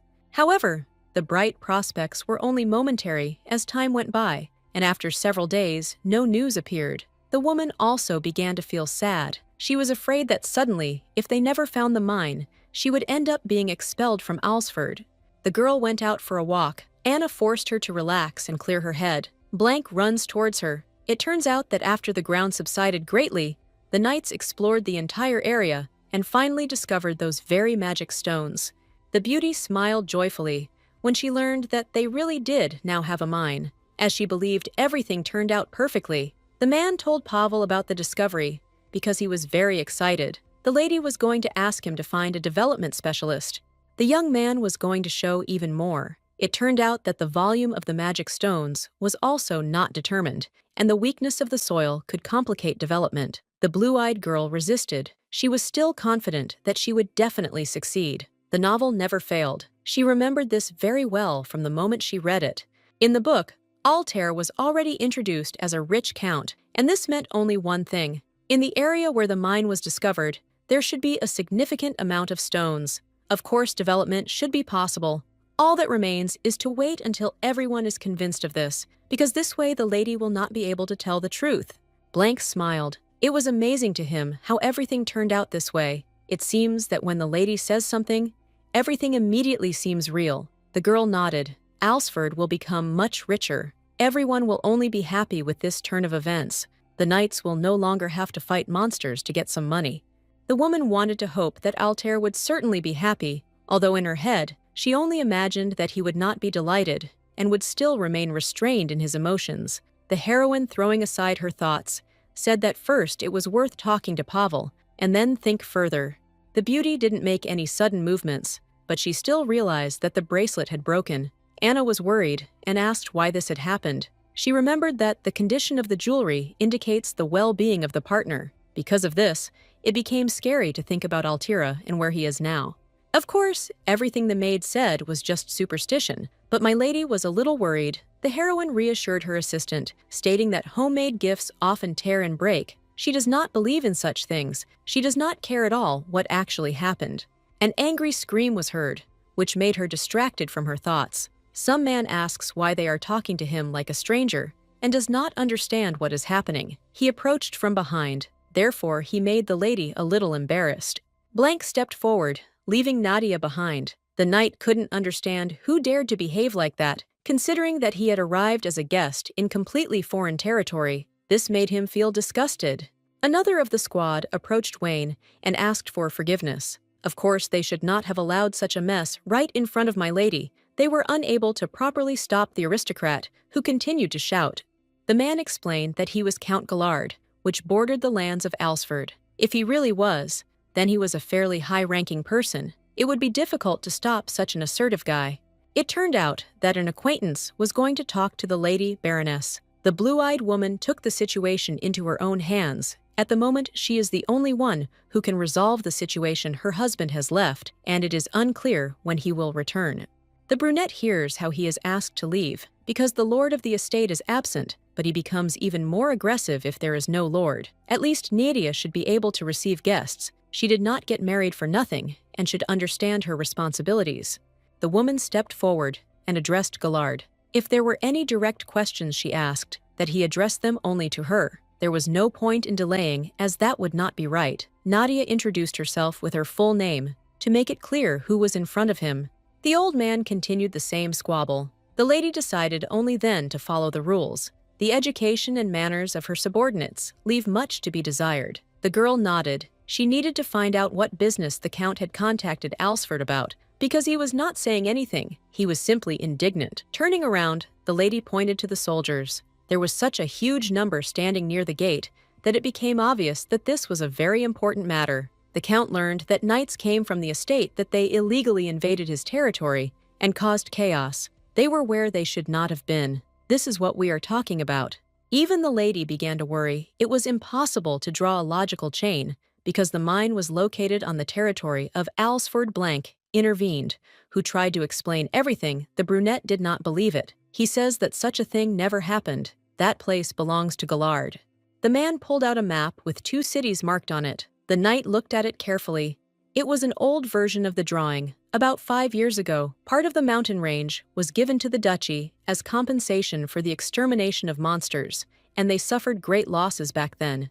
The old man is lying. He realized that he needed to back down in time. Now he thought about it and decided that handing over the land simply for destruction was too generous. He promises to pay a fee, but it would be better to return the land back to his possessions.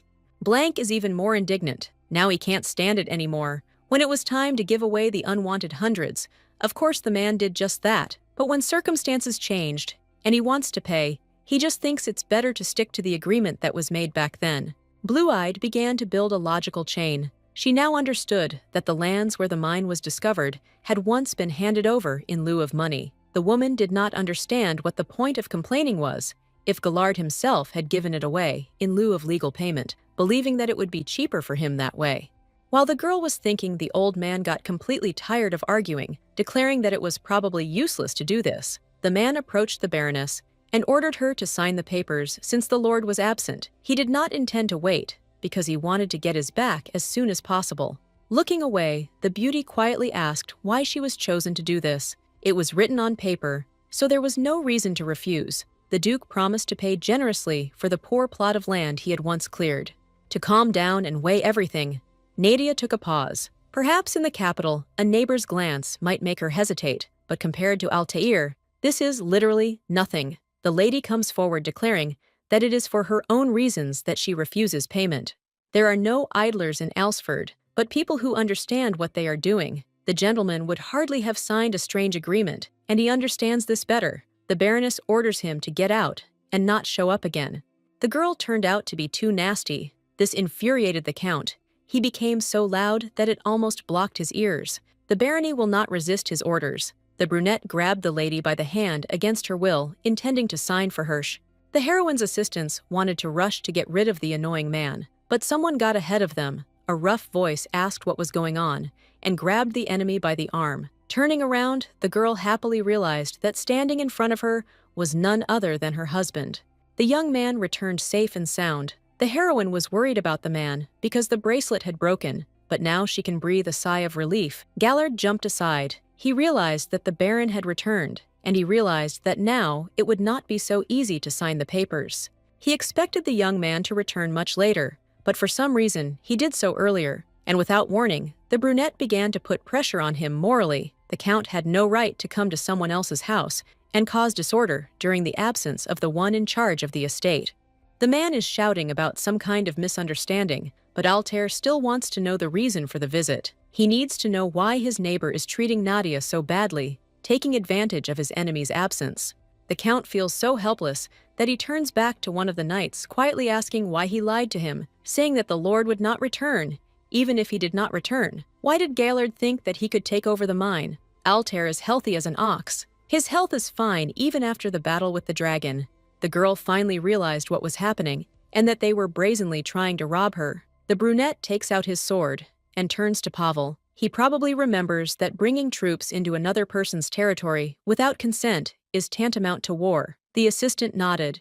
A dangerous fire flashed in the chief's eyes. Anger was pouring out over the edge. Killing the intruder would be considered self-defense. The Count fell to his knees and began to ask for forgiveness. He did not mean to behave incorrectly. The tone of the protagonist's voice did not change.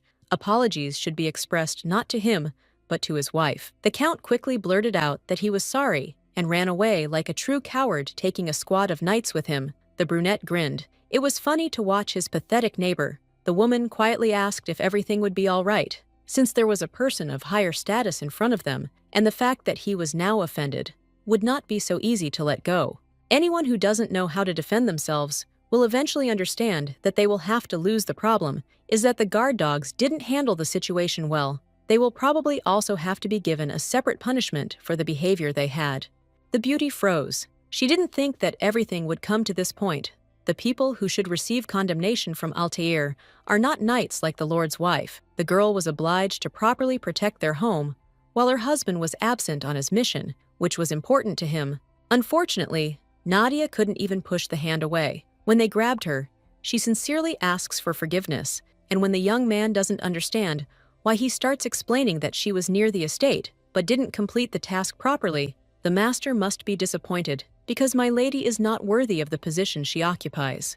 The young man carefully took the woman's hand to check. It seemed she had a bruise left, and he should probably apply some ointment to relieve the pain a little. The heroine explains that since she was simply grabbed hard, it's not so important that it's worth wasting resources and time. As always, the lady is too weak, yet the mark remains and makes itself felt. The man is not the least bit angry, and this is strange. Everything needs to be checked as soon as possible. The beauty lowered her eyes and accidentally noticed a huge bloodstain that spread across her dark clothes.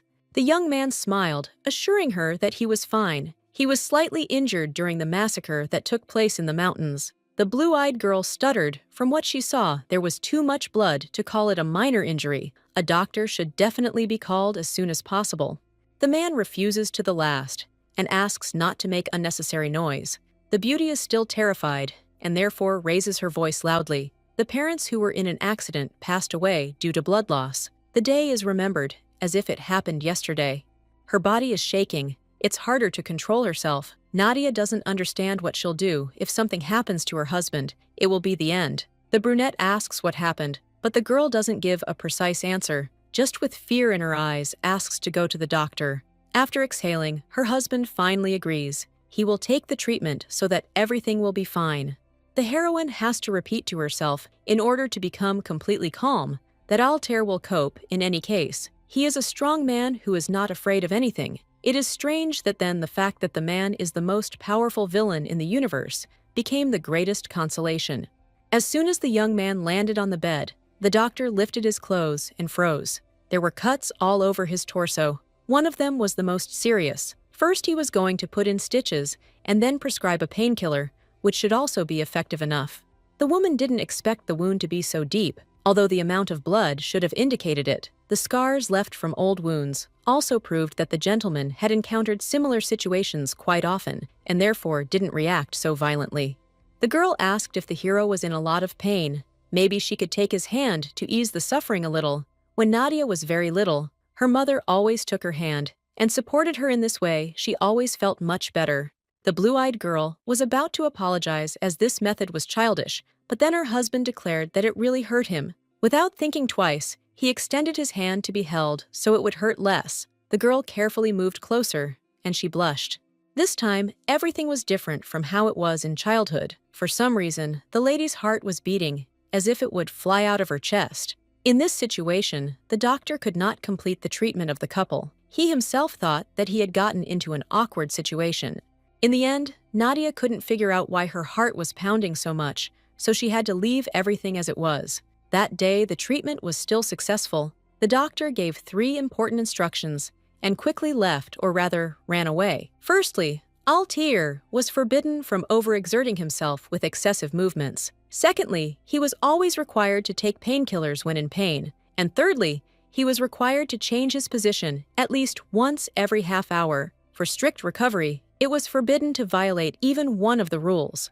The woman decided to take care of her husband while he was sick. She thought that this was the essence of being a wife after the man returned. The girl began to guard him day and night, not leaving him for a second. She bandaged the wounds and gave medicine, trying to be careful so as not to worsen the wounds.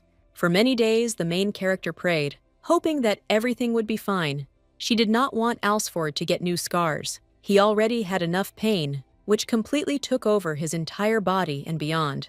Pavel came into the room to talk. He needed to find the Lord and sign a bunch of important documents that couldn't wait any longer. The Lord hissed. His wife fell asleep on the bed, and he gently stroked her head. Fatigue simply made the situation worse. The blonde apologized. Perhaps he should have waited a little and come back a little later. The brunette asked not to open the door so loudly anymore, because the room no longer belonged only to him. The lady was very tired, so she probably didn't wake up. She had been stubbornly completing all her tasks for several days. There's nothing surprising about it knowing what Nadia's like, and it's certainly not surprising that she's so worried. It's a pointless procedure. Usually in a situation like this, my lord would have been at training long ago, taking care of all his other chores, but still being by his wife's side. This time, the woman simply wanted to rest, and the man also understood that fighting a dragon was a tiring task, even for a country like Alsford. Pavel asked to move on to discussing the documents. The issue of Count Gallard's protest regarding the development of the mine was the most important document that the assistant had brought.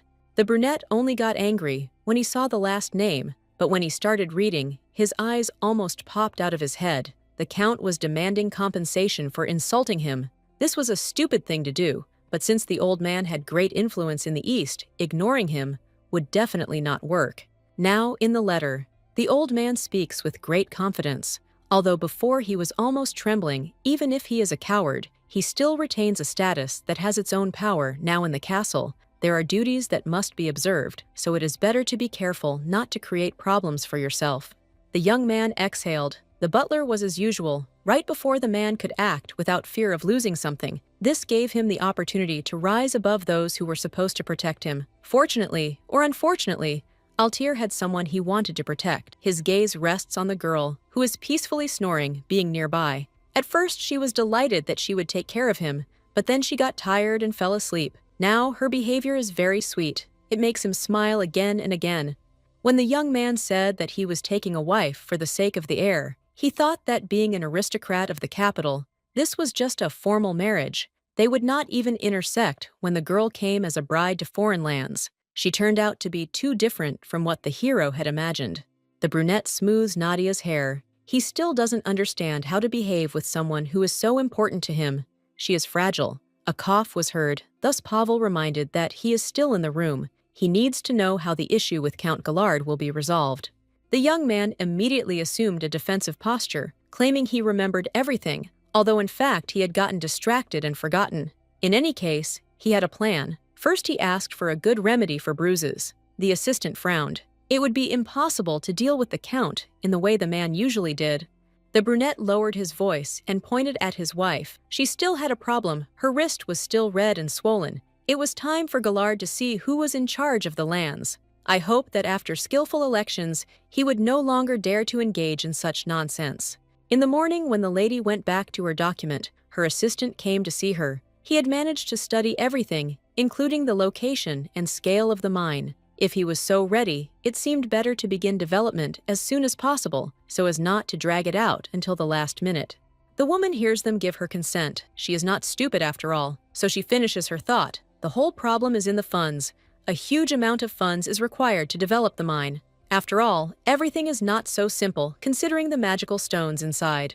The blonde man explained it as it was, and the lady, as usual, was right. At that point, the financial resources were insufficient to immediately begin development. The man consulted with the gentleman, and they were considering taking out a loan from an imperial bank or attracting investment from wealthy individuals.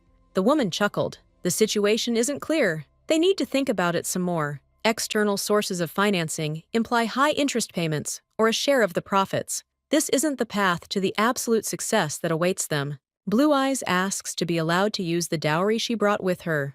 Although it is not as much as she would like, there is still money, and she is confident that it will be enough to cover the initial costs of development. The young man perked up as soon as he heard the words about the transfer of funds that had been discussed earlier. They shouldn't have discussed it. It was Pavel's mistake. There were still other options, and Alsford couldn't find out about what had happened under any circumstances. Otherwise, he might get really angry. The beauty sadly lowered her head. She does not understand when everything turned down a crooked path. For some reason, it seemed that her husband would be happy. The heroine exhaled. She has another more favorable idea. Money can always be invested, thus playing out the situation. Investments are still necessary in the end. Nadia wants to invest in development, realizing that this way she will be able to achieve good results. Pavel didn't know what to answer. Everything happened too quickly. The woman tossed and turned, jumping up. She realized that she was still sleeping in bed, and it was already night outside. She did not understand when it happened. First, there was a conversation in the office about the development of the mine. Then the lady rested a little, taking care of Altair, and after that, she found herself in bed, although there was no one nearby. The question of where the young man had gone arose in his head. There was a knock at the door. The man returned faster than expected. His voice was calm, and if the woman had woken up, it didn't mean she had had enough rest. He thought it was better to take some more time to get a little more sleep. Blue-Eyed refused. She didn't need it. She was surprised that her husband could walk. Wounds should hurt, but something had changed. The doctor said that there might be a fever. Then it would be worth giving an antipyretic. This way, the body will recover faster. Everything is fine, according to Alsford. He doesn't even need any bandages, thanks to Aura's influence. The hero recovers faster than other people, so there is nothing to worry about. Again, the wound was bleeding before, but now everything is fine. Anna and the rest of the close assistants took the gentleman's wound calmly, because it was not the first time he had received something like this. The young man brought a box with him, inside of which there was a healing ointment. Most likely, the hero was going to apply the composition himself. The beauty backed away. She promised that she could do everything that was required of her herself. It would be inconvenient for the young man to apply it himself, but if he took off his outerwear and lay down, his wife would do everything for him.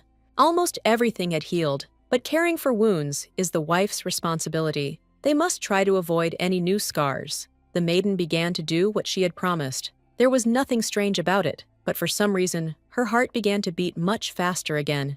The young man abruptly pushed the beauty's hand away and asked her to stop. It seemed to him that there was already enough ointment, perhaps even too much. Nadia suggested that more should be applied, but she was stopped again this time, more insistently.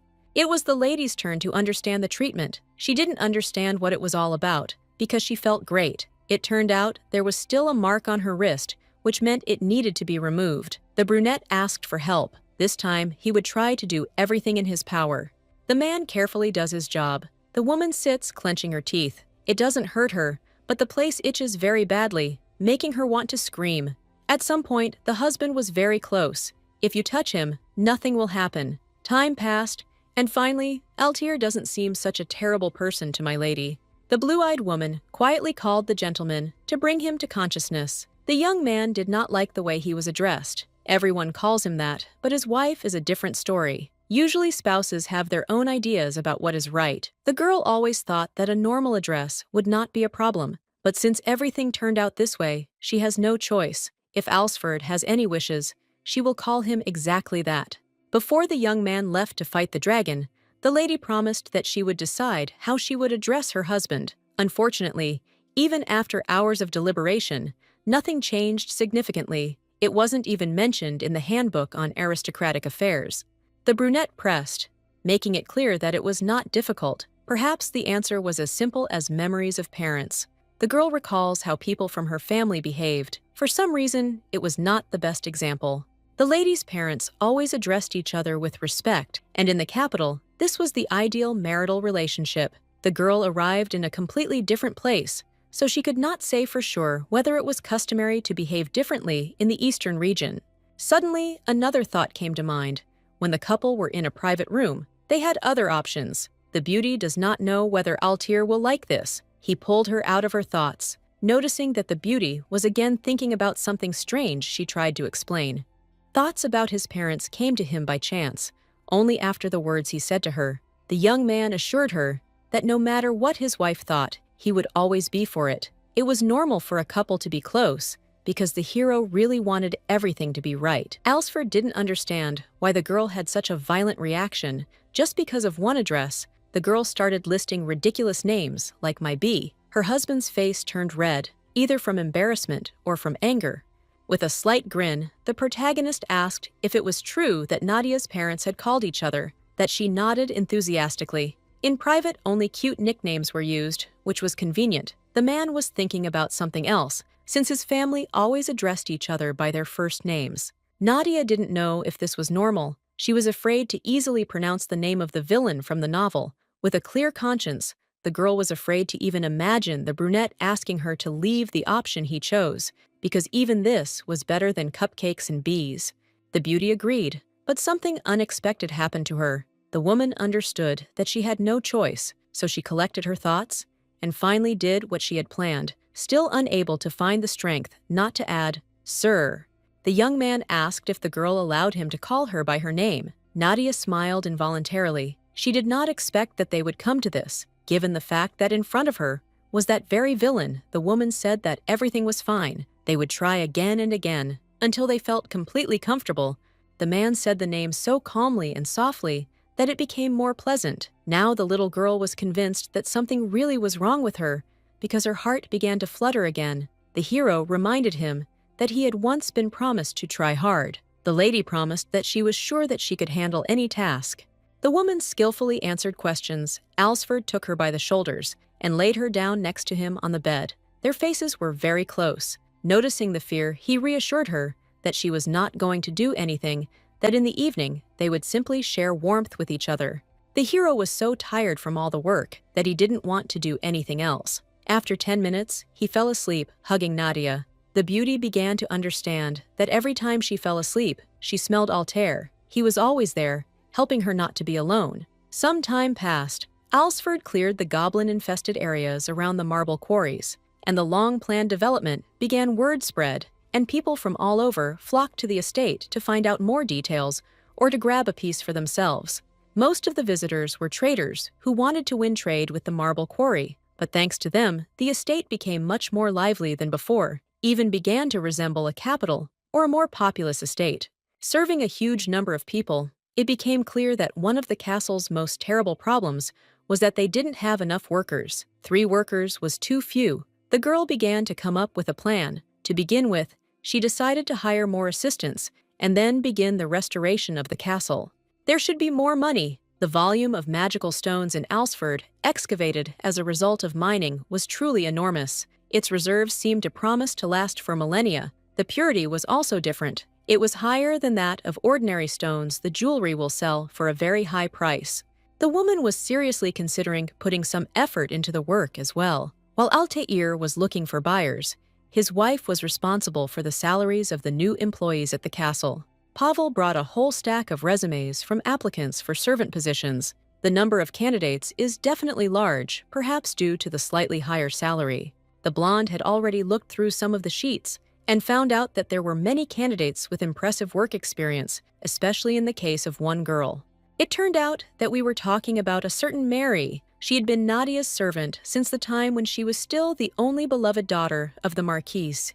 The girl remembers everything that happened between them then. The woman always valued her, even when the beauty turned from a girl into a naughty young woman overnight. Then the brunette agreed to follow her. If the lady wanted to leave her uncle, the old man forbade taking anything from the estate. It was surprising that Nadia would see her again. Pavel put Mary's resume aside because he felt like it could be fate. The girl smiled and explained the history that connected the two of them. Only the assistant did not turn to Milady with reproaches, because now she wants to meet again. Since the lady made a decision, the young man agreed to immediately formalize the contract. Altair entered the room, wanting to know why his wife was so happy. Lately, whenever the heroine sees her husband, her heart begins to beat faster. The butler noticed the tension. If the two wanted to talk alone, he would not mind leaving, not allowing the lady to object. He quickly ran into the corridor. When the couple is alone, Nadia gets even more tense. Pavel behaved very cruelly. It was wrong on his part. The woman was asked about the conversation. As it turned out, she wanted to ask about a meeting of Eastern noble families soon. And besides that, she needed to pick out clothes and make repairs to the castle. She needed permission before spending money. Altair raised an eyebrow. Managing the castle was the Baroness's responsibility, and she didn't need to get approval on every issue. The young man noted that he would no longer have to worry about money. The blue-eyed girl did not believe it at first, but it seemed that a deal had been made with the supreme powers. The brunette nodded. He had entered into an exclusive agreement for the supply of magic stones with the Silver Fox. They offered 5 billion gold as a deposit for the rights. Alsford's 10-year budget would normally be less than this, which is fantastic news, as it's a huge area for the Silver Fox. In the Empire, control over the districts is divided between the Black Panther and the Silver Fox. Recently, they have been competing for a monopoly on the amethyst mines of Alsford. The Foxes striving to take the leading position, their desperation was visible on their faces. The profit-sharing agreement, 8-2 in favor of Alsford, is a truly lucrative one. The girl smiles. This is truly wonderful news. Blue Eyes has always wanted the residents to live better, and this will be a reality. She cannot help but rejoice at their future well-being. There was silence until the young man patted the girl on the head. It all happened thanks to her, although he still didn't understand how all the thoughts fit into her small head. Brunette truly expresses gratitude as if he were the most important person in the land. He doesn't know what they would do without such help. The heroine cannot believe what she sees. Altair smiled and thanked her, although in the novel, the man is a cruel villain who carelessly takes people's lives. The person Nadia met in person was very different from the image described on the pages of the book. It was like a completely different person. The man decided to change the subject and asked when the lady was going to pick out clothes for herself. It would also take time to make them, and she should even take that into account. Of course, Altair promised that he would tell Pavel that the tailor should arrive as soon as possible. The hero looks at his wife strangely, as if he needs something else. Perhaps it is because of his mood, but it seems that he is very close. The Count's voice is heard. He is standing under the window and begging the Lord to meet him. The brunette would not like to go, but since he is asked as a good man, he will respond. The man jumps in front of the knights, not understanding why they won't let him in. Finally, the gentleman comes out with Nadia next to him, looking a little scared. The young man plays a game of sarcasm, pleased to see before him a man who has somehow found his way into the modest territory of another leader. The old man asks who could call Ulsford, that the brunette smiles. It seems the neighbor has forgotten that he expressed himself exactly like that both recently and even 5 years ago. The hero was frightened by the look if the master had any grievances. He was ready to apologize he was stupid and begged for help to come with Gallard. The griffin could destroy the garden, and all the agricultural crops of the year would go to waste. If the monster is not stopped in time, it will not be possible to collect the fruit in time for delivery to the royal palace. Grapes were the Count's main source of income. The griffin, which suppresses everything around him, is a very difficult opponent. Everything is hopeless if anyone other than Altair takes on the job. The Count's situation is difficult, but after the battle with the dragon, the young man returned with wounds. The gentleman suggests hiring other mercenaries for the job. The brunette searched, but found no one with sufficient combat skills. He doesn't understand what to do next. Hoping only for the Baron, and that he would accept the task, Altair turned to Nadia. He would do as she said, and would not mind if she told him what would be best. The old man fell on his knees and asked for forgiveness for all his bad deeds. Even such a powerful man as he bows, and people pay attention to this. Those who were in the courtyard travel throughout the empire as traitors, and rumors of what happened will spread quickly. The protagonist chuckled. Since Gallard apologized so much, there was nothing else to do but agree the city had to accept the request for extermination for the sake of dignity. The wife would probably also give her consent. The guy began to nod actively. The payment would also be generous. He began to believe that he would not be left in trouble after all.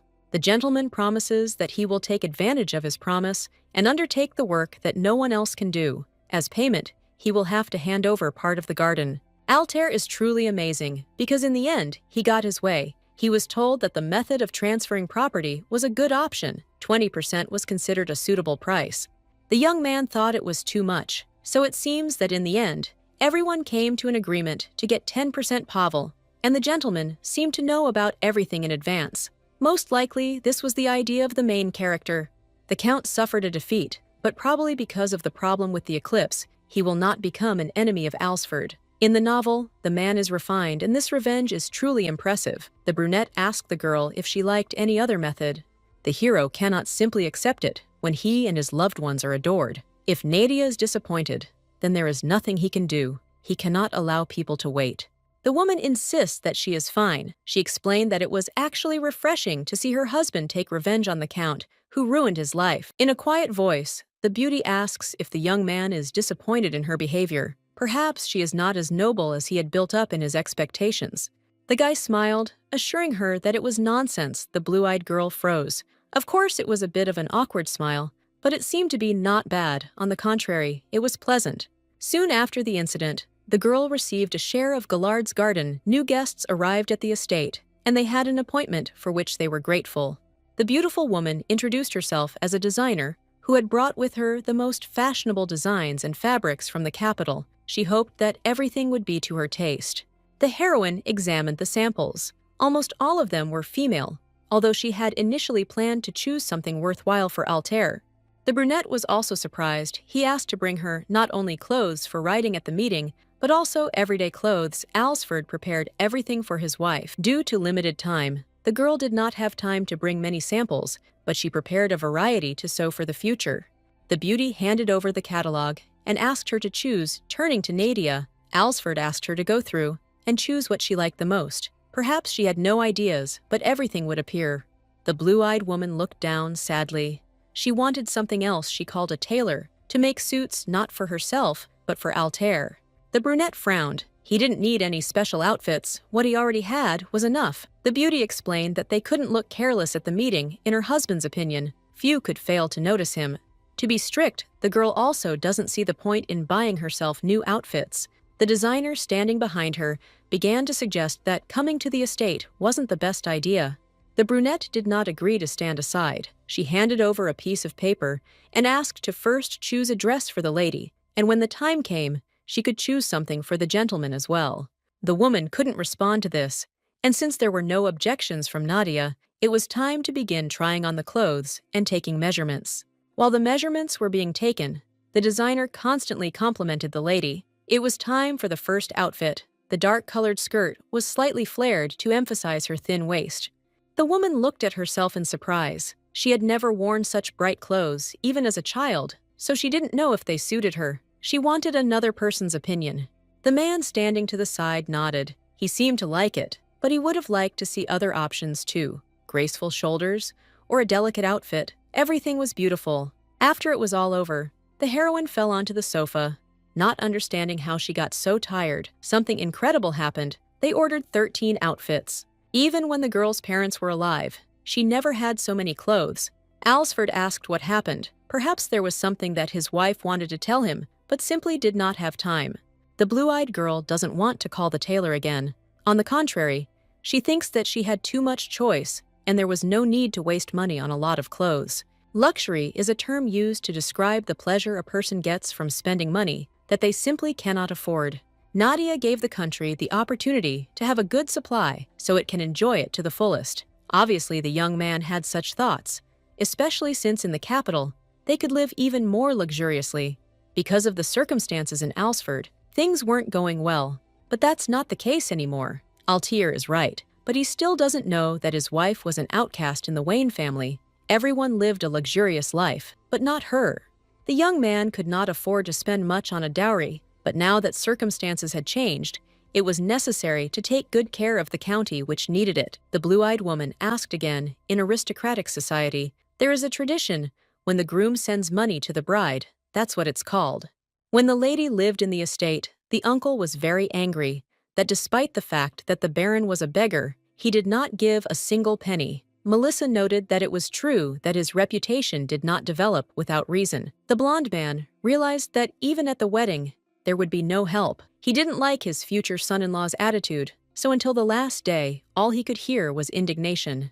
Now it seems that the man sent a dowry, in fact even receiving a share in the garden, was connected with the thought of tribute. This is a good option that I wanted to use. The woman screams that her uncle probably won't want this, but she is assured that everything is fine. In any case, she will never have to worry again. The man has doubts in his heart. The heroine sadly lowered her head. The mood seems strange. No lady would refuse an offer of a monetary contribution to her home. Clutching the hem of her dress with her hands, the beauty tries to think of an option that will help sort everything out as quickly as possible. The girl cannot hand over the property, dear to Alsford, to Wayne. In the morning, Mary arrived at the estate. She was glad to see the gentleman. Since childhood, she admired Lady Nadia, who became a baroness, earning recognition. The brunette asked if the maid knew everything about the affairs of the marquise and the marquise. He had a topic he would like to discuss, unlike the rumors about the young man's youth. Although he is handsome, he still resembles an aggressive beast. The protagonist wants his questions to be answered honestly. He first wanted to know if Wayne really loved his niece, as he told everyone.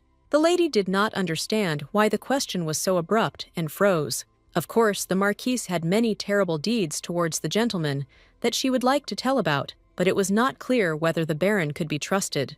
If it became known that the uncle had done something terrible to the girl, the baroness's position in Alsford could be shaken. The woman cares about the position of the maiden, one must be more careful. Even Altier noticed that Mary was more thoughtful than she should be. He couldn't help, but she was a great benefactor. The hero was going to offer her the position of personal servant. The beauty was surprised, because she was still too young and inexperienced for all this. The duties could have been entrusted to someone better, but the baroness was too soft to control such a person. The best candidate already exists, as such a person is more easily managed. Nadia needs help with her chores, but don't overdo it. The brunette will try to do everything possible. The woman asked for something else. If the gentleman has any intention of devoting his time to the lady, then she would like to ask that you consider conducting an investigation regarding the ring called Cassandra's Smile. Anna called the lady. She was in a hurry, but careful not to fall. Her husband had prepared some kind of gift, but it was not clear what kind. Judging by what was in the garden, it should have been flowers. The girl came and froze in front of her is Mary, who is glad to see and greet my lady again. It seems as if they are in some kind of dream that will soon end. Blue-eyed asked how the maid ended up on the eastern border in this city she was called earlier to help. This is really the best gift. The brunette arrived and immediately noticed how the gentleman was worried about his wife. He insistently asked her to take good care of the girl. The heroine herself noticed that recently, the young man truly respects her as his wife. At first, the girl was afraid of him, but now being near him, she feels calm. The blue-eyed woman explained that the man treated her well. He had recently bought her a lot of new dresses and praised her for her efforts, which was truly nice considering the circumstances. The man gave the girl the opportunity to manage the castle, and he also makes sure that she eats well. As Mary listened, she understood that this was not like a relationship between spouses, but like raising children. The woman decided to ask if there was anything between the lovers, but when the beauty says something, it seems that there is no talk of marriage at all. The heroine wanted to ask not to talk about it, but even Anna asked to continue. For a happy life, the relationship between spouses is very important, especially since it is necessary to continue the family line. Shameful memories came to mind when the lady said that she knew more than the master expected of her. She was then sure that she would do everything that was asked of her. It turned out that the conversations with Altair had a hidden meaning all the time. Mary noticed that the reaction was strange. Her face turned completely red. The maid wanted to know how the couple's first night went. The girl explained that she fainted, so nothing happened. The following nights were without intimacy. Mary felt like she was about to cry, because all this seemed unreal to her. All this time, the beauty had done nothing and had not seen the problem.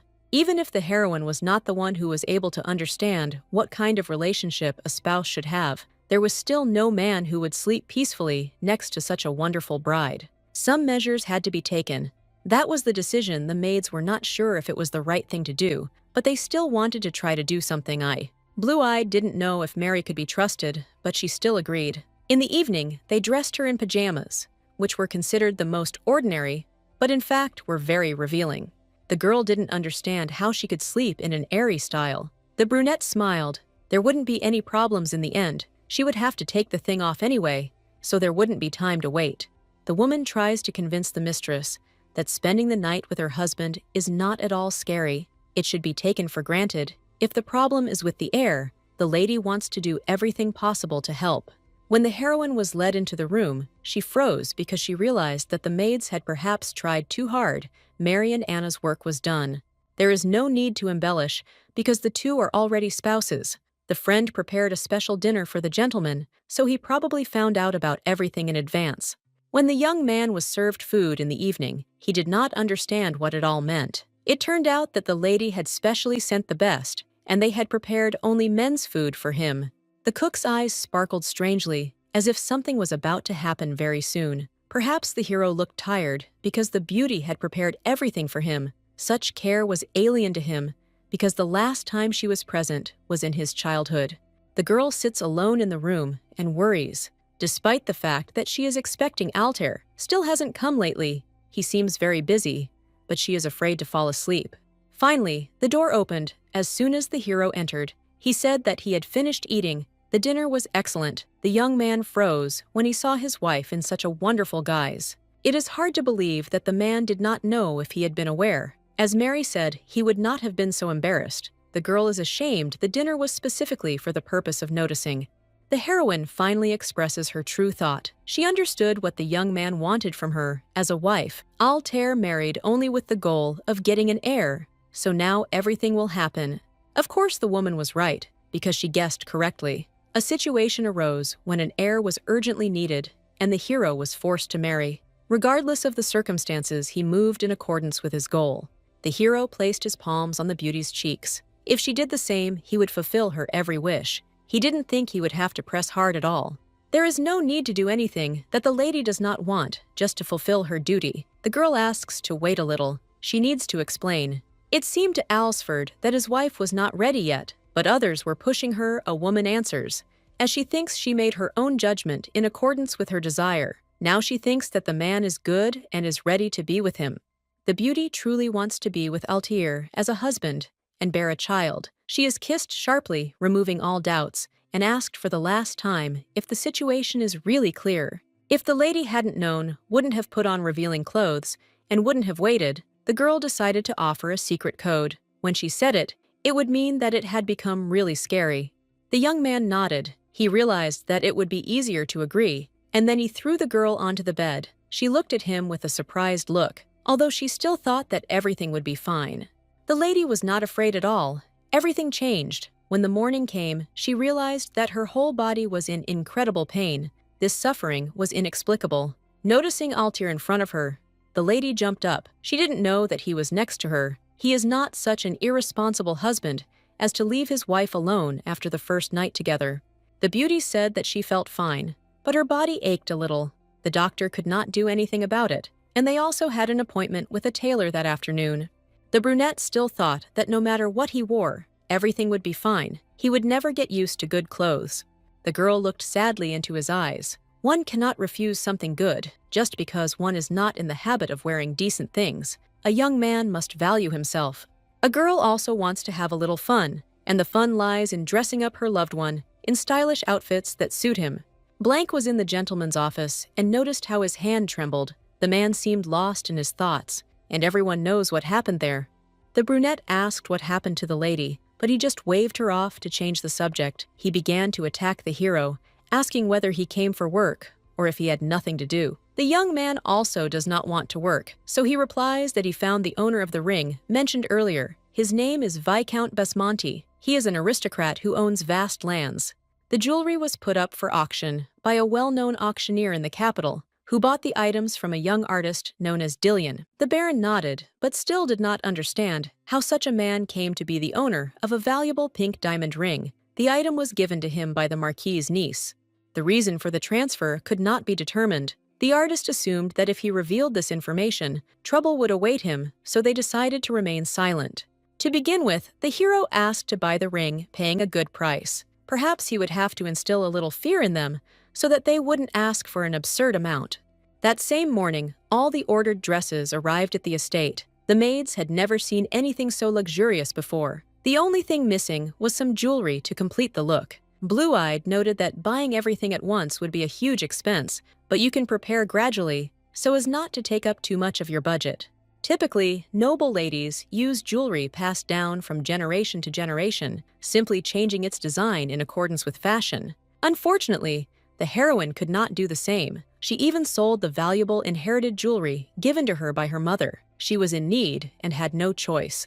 Mary asked to try on beautiful outfits, and not to be sad, it would help lift her spirits. There were no plans for the day, but something could always be thought of, like a walk with the Lord. Shortly before Anna left, Altair arrived. The young man did not understand what was being discussed. When asked about the news, his wife explained that she wanted to send a maid to ask him to go with her to the gardens. It would be difficult to go out in such an outfit, similar to pajamas. The blue-eyed girl looked worriedly at her assistant, promising that she would prepare some kind of dress. Mary was blown away. As if by the wind, she knew which option she had to choose. The girl did not understand why her husband came lately. He had been so busy that he could not even spare an hour for a walk.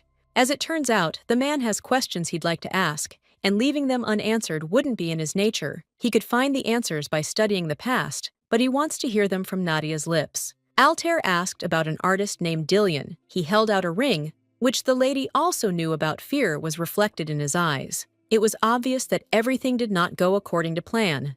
The woman asked where the jewelry came from. Of course, it was acquired legally. Upon examining the history, many interesting details emerged. Dillion promised to keep the secret, but he let it slip. Altair still wanted to know why the girl handed over the jewel that her family needed so much. For some reason, Alsford assumed the worst, that man was probably his wife's lover. She screams that this is not so. She had her own reasons. From the young man's side, everything was logical. The girl sighed sadly, and a menacing voice, which had not been heard for a long time, declared that in front of the spear, the young man's lips were not so closed. The girl tried to calm herself down and force herself not to be afraid. The villain standing in front of her was not the one from the pages of the novel. He would understand everything if he knew the truth and the details. The woman explained that Dillion was a good man who helped her when she was going through hard times, and that he didn't receive the ring, but simply helped her sell it. The beauty realized that now she would be asked that very question. She was ready. Money was urgently needed for the funeral of her parents and for their burial place. Altair was more surprised than expected. The funeral of the Baron's family to which they belonged was supposed to be paid for by the new title holder. They were supposed to have a family crypt on the lands.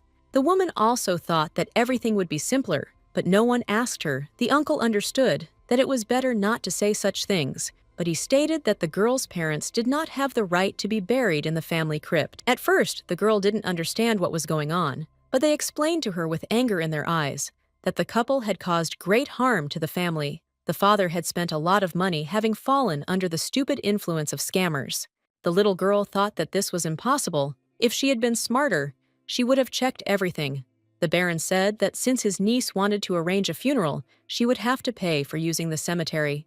The girl recounted the situation to her husband. She now understands that her parents would never have lost the money or ruined anything. The situation was such that her uncle had complete control over the family. There was no choice.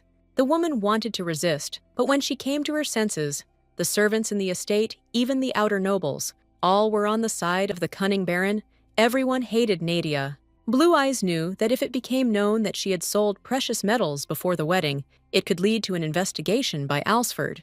The story is hard to believe, which is probably why the young man remained silent, but I would like at least Altair to be able to trust and support. Until this moment, no one loved the lady. She was already used to it, but she wants Altair to completely change the situation. The young man put the ring on his wife's finger. It should return to its rightful owner. She should not worry anymore. This problem is for Altair. He will deal with it.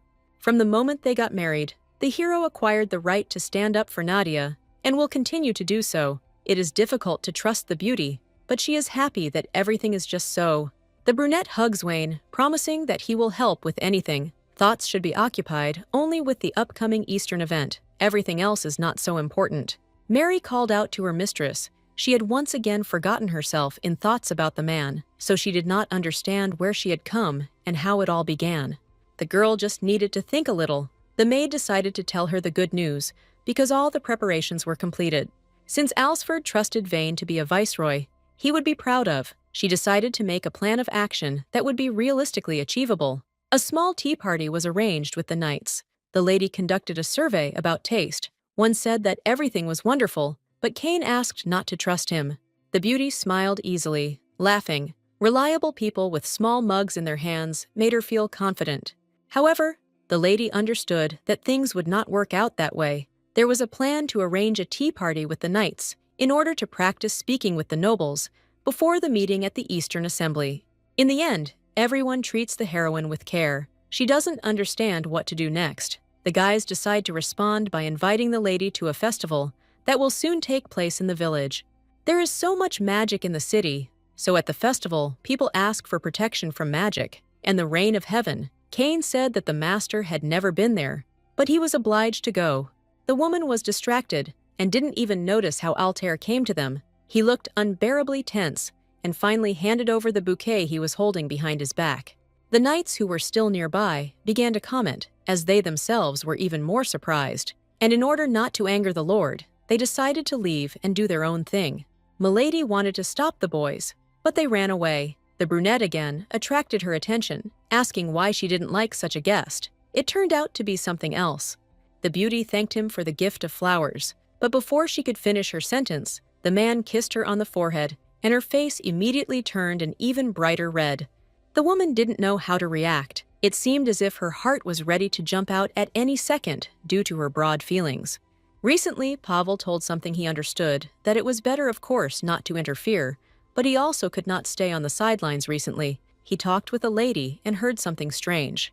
The beauty said that Mary was the only servant that did not torment her. This all worries her. Perhaps the girl's position in the Marcus's house was much worse than expected. My lord ordered to stop. Obviously, he knew everything. Blank was engaged in espionage activities in the capital. For a reason, Nadia told the whole truth. The heroine trusts her husband, which generally seems logical. The servant decided to cross the line, although he knows perfectly well that it was something worthless. Servants should not talk about the affairs of the masters, and not question orders.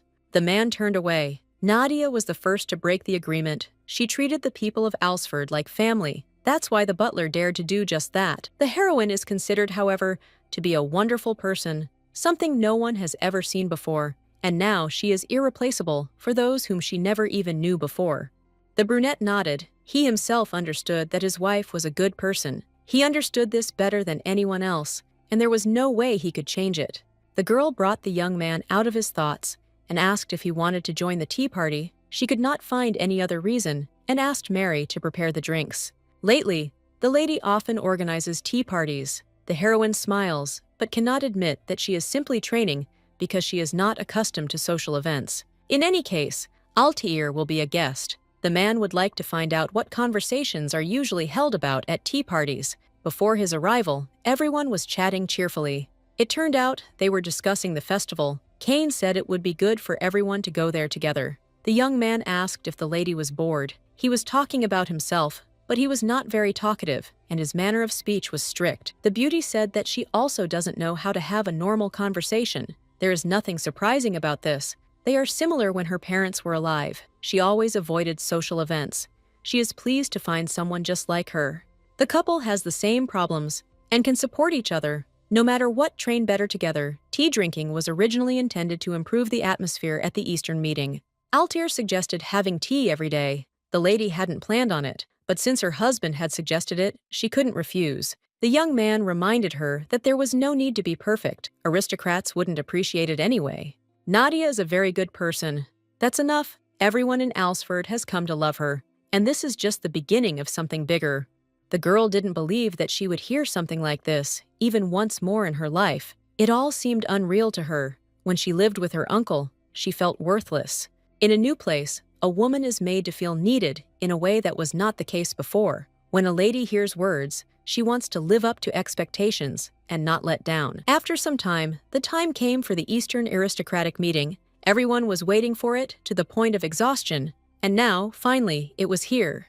The man had been getting ready since the morning. He realized that he looked great. Only when all the elements were completed, he was ready to go out into the light of the silent battlefield. When that very evening came, Balhale found himself the center of attention of the girls. Each of them wanted to ask something, and he smiled, promising that he would answer everything.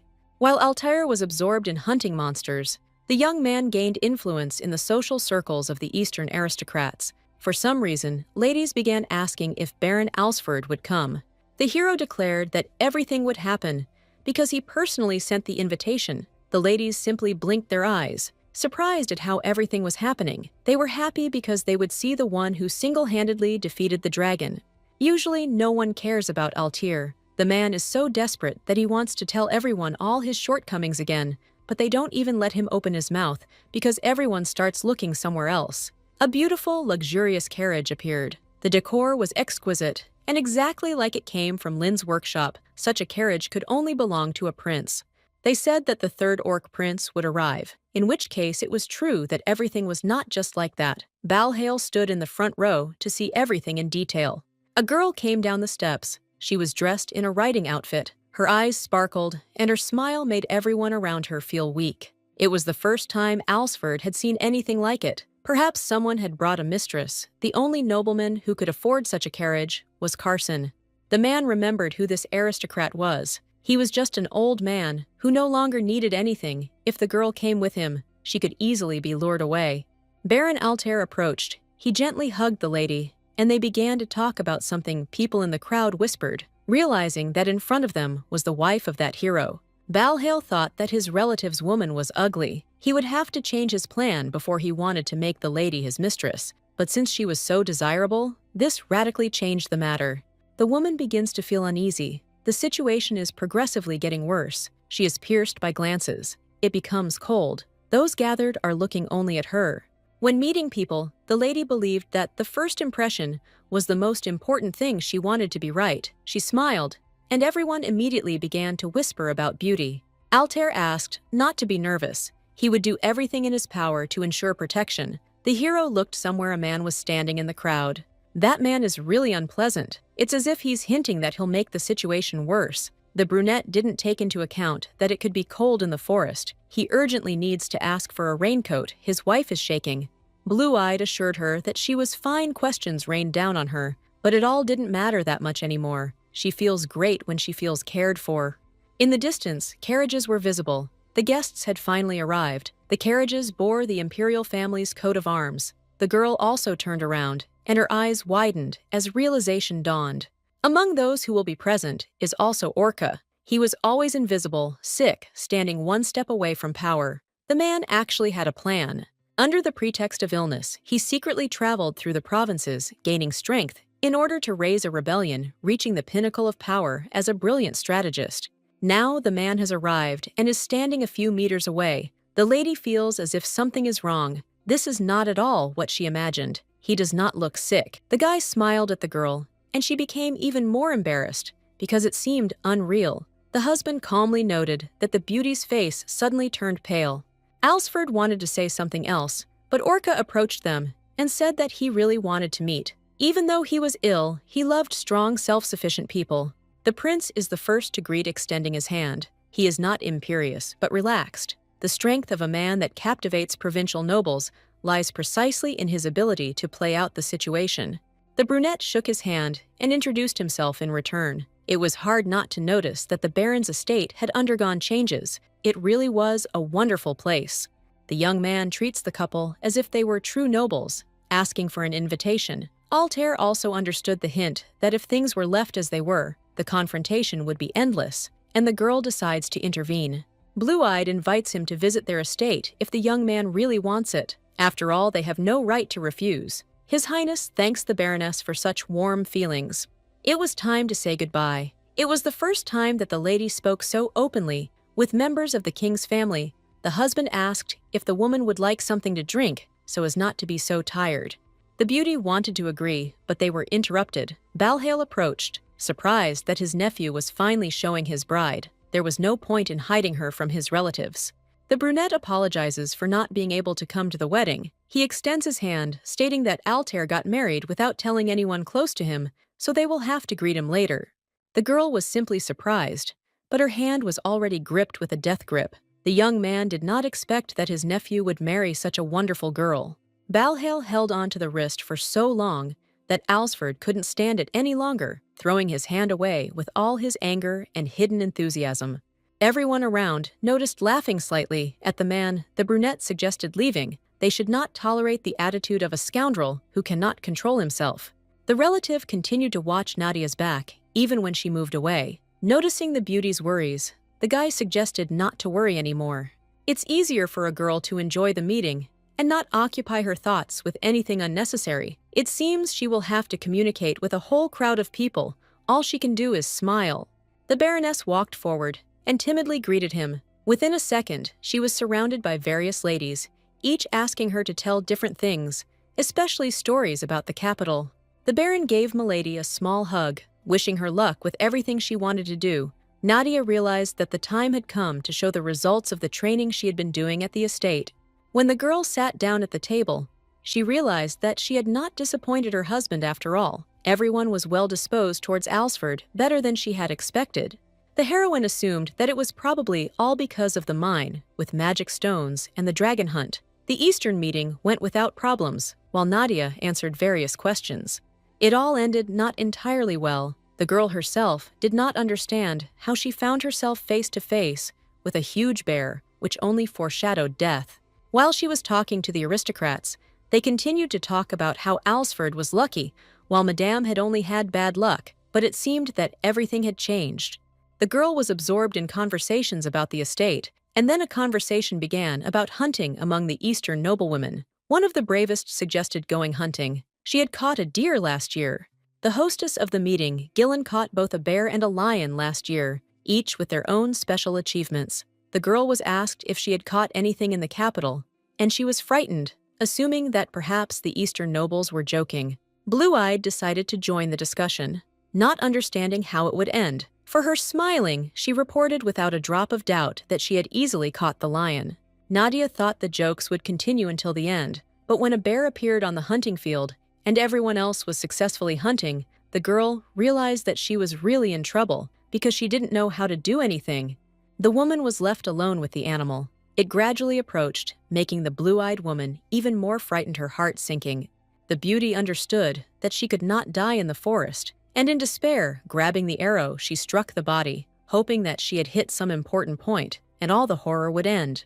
The monster fell to the ground, bouncing back. The girl thought that everything worked out. Some rustling was heard. The lady froze because she thought that there was another bear nearby. Someone unexpected came out of the bushes. The orca prince appeared and asked if everything was okay. He threw a dagger at the animal, which is why it fell.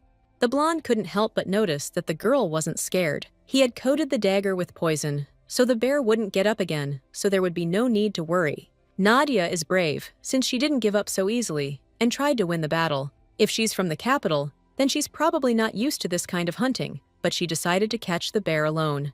The girl admitted that she didn't know that hunting was like that. The prince turned out to be kind, but knowing that he is the villain in the novel, the heroine doubts him a little. The hero smiled even more. It was strange to him that Wayne was afraid of him, although he hadn't done anything yet. It was a joke, and because of the tension, the young man decided to change something. The guy offered to go back. He promised that he would take me to the meeting place so that everything would go well and nothing else would happen on the way. The first thing, the aristocrat was met by the others. They were going to send knights to search for the lady so that they could help her. The girl insisted that there was no need. The prince was passing by and helped her. Everything was fine, but she needed to change because all her clothes were dirty. A tent was pitched nearby so that its services could be used, and the maid decided to lead the lady to the tent and the organizer ahead so that she would not be absent for long. Smiling a strange smile, the maid offers to accompany the baroness. The blue-eyed girl is led somewhere into the forest. She began to doubt this secluded place. The brunette finally brought the girl to her place. While the assistant brought her clothes, she could rest a little. The beauty realized that there was no need to worry she had done this in vain. The heroine entered and froze. Balhail smiled. Noticing that he had been waiting for the lady for a long time, the woman backed away and began to ask why they met in such a place. As expected, there was a sensible lady in front of him. She was not suitable for the reckless Altair. The maiden explained that everything was wrong because her husband was a good man. The young man came closer and closer and insisted that the woman didn't know the guy. Well, it was sad that she didn't know his true nature. Otherwise, she would have run away long ago. Nadia started screaming for them not to touch her and pushed away the stranger's hand. The young man frowned. No one dares to behave like that. It seems like someone hasn't been taught politeness. Blue-Eyed stated that the only reckless one was Balhail. If he were a real relative, he would never have done such a thing.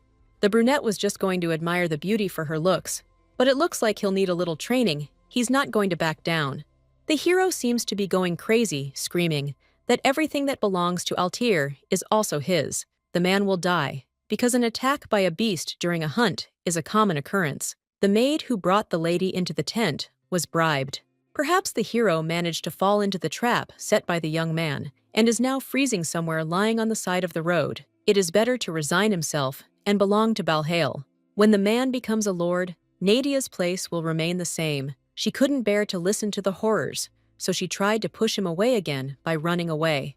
The young man was about to hit the girl, but then a voice was heard. Cain crawled out from under the bed. They were not alone in the tent, so there was no need to make so much noise. In a second, the knight knocked the count to the floor. There was no point in engaging in such nonsense, hoping for some favorable outcome from all of this. Cain said that he was comfortable under the bed, so he decided to rest. He still wanted to talk about recent events and what Lady Alsford heard. They start beating the brunette, and he begs for mercy, because in fact he was in the wrong. The situation becomes serious, gradually gaining momentum. The girl asks the knight to stop. He has not yet taken proper revenge, and the lady has not received an apology, so the young man asks what is wrong. Of course the lady is grateful, but she does not want such a solution. Apologies caused by someone else's force do not matter. They are not sincere. She tells how it really is for her. Cain nodded. He couldn't argue. It was an honor for him to serve the lady, and of course this was much more important. The mistress could still use her squad because she was everything to them. The young man declared that it was time he was not addressing Nadia. Knights entered the tent. Balhail thought that they would help him, but for some reason they grabbed him. The gentleman also arrived and asked what had happened. Too many questions arose. It turned out that the relative had attacked Wayne. Now that strangers have been brought in, it's better to resolve the problem later. The knights said they would arrest the man, and there's probably even every reason for it with evidence.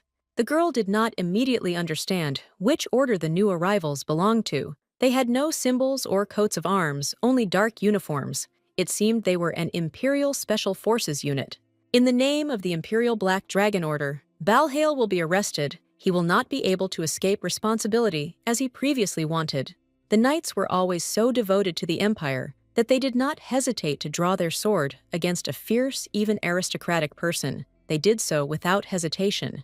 The brunette still pretends not to understand why he is being arrested. He was not allowed to say anything else, because the conversation will only take place in Wallstead. A man is sent to a notorious prison, where people are said to go mad or become cadets before they can prove their innocence.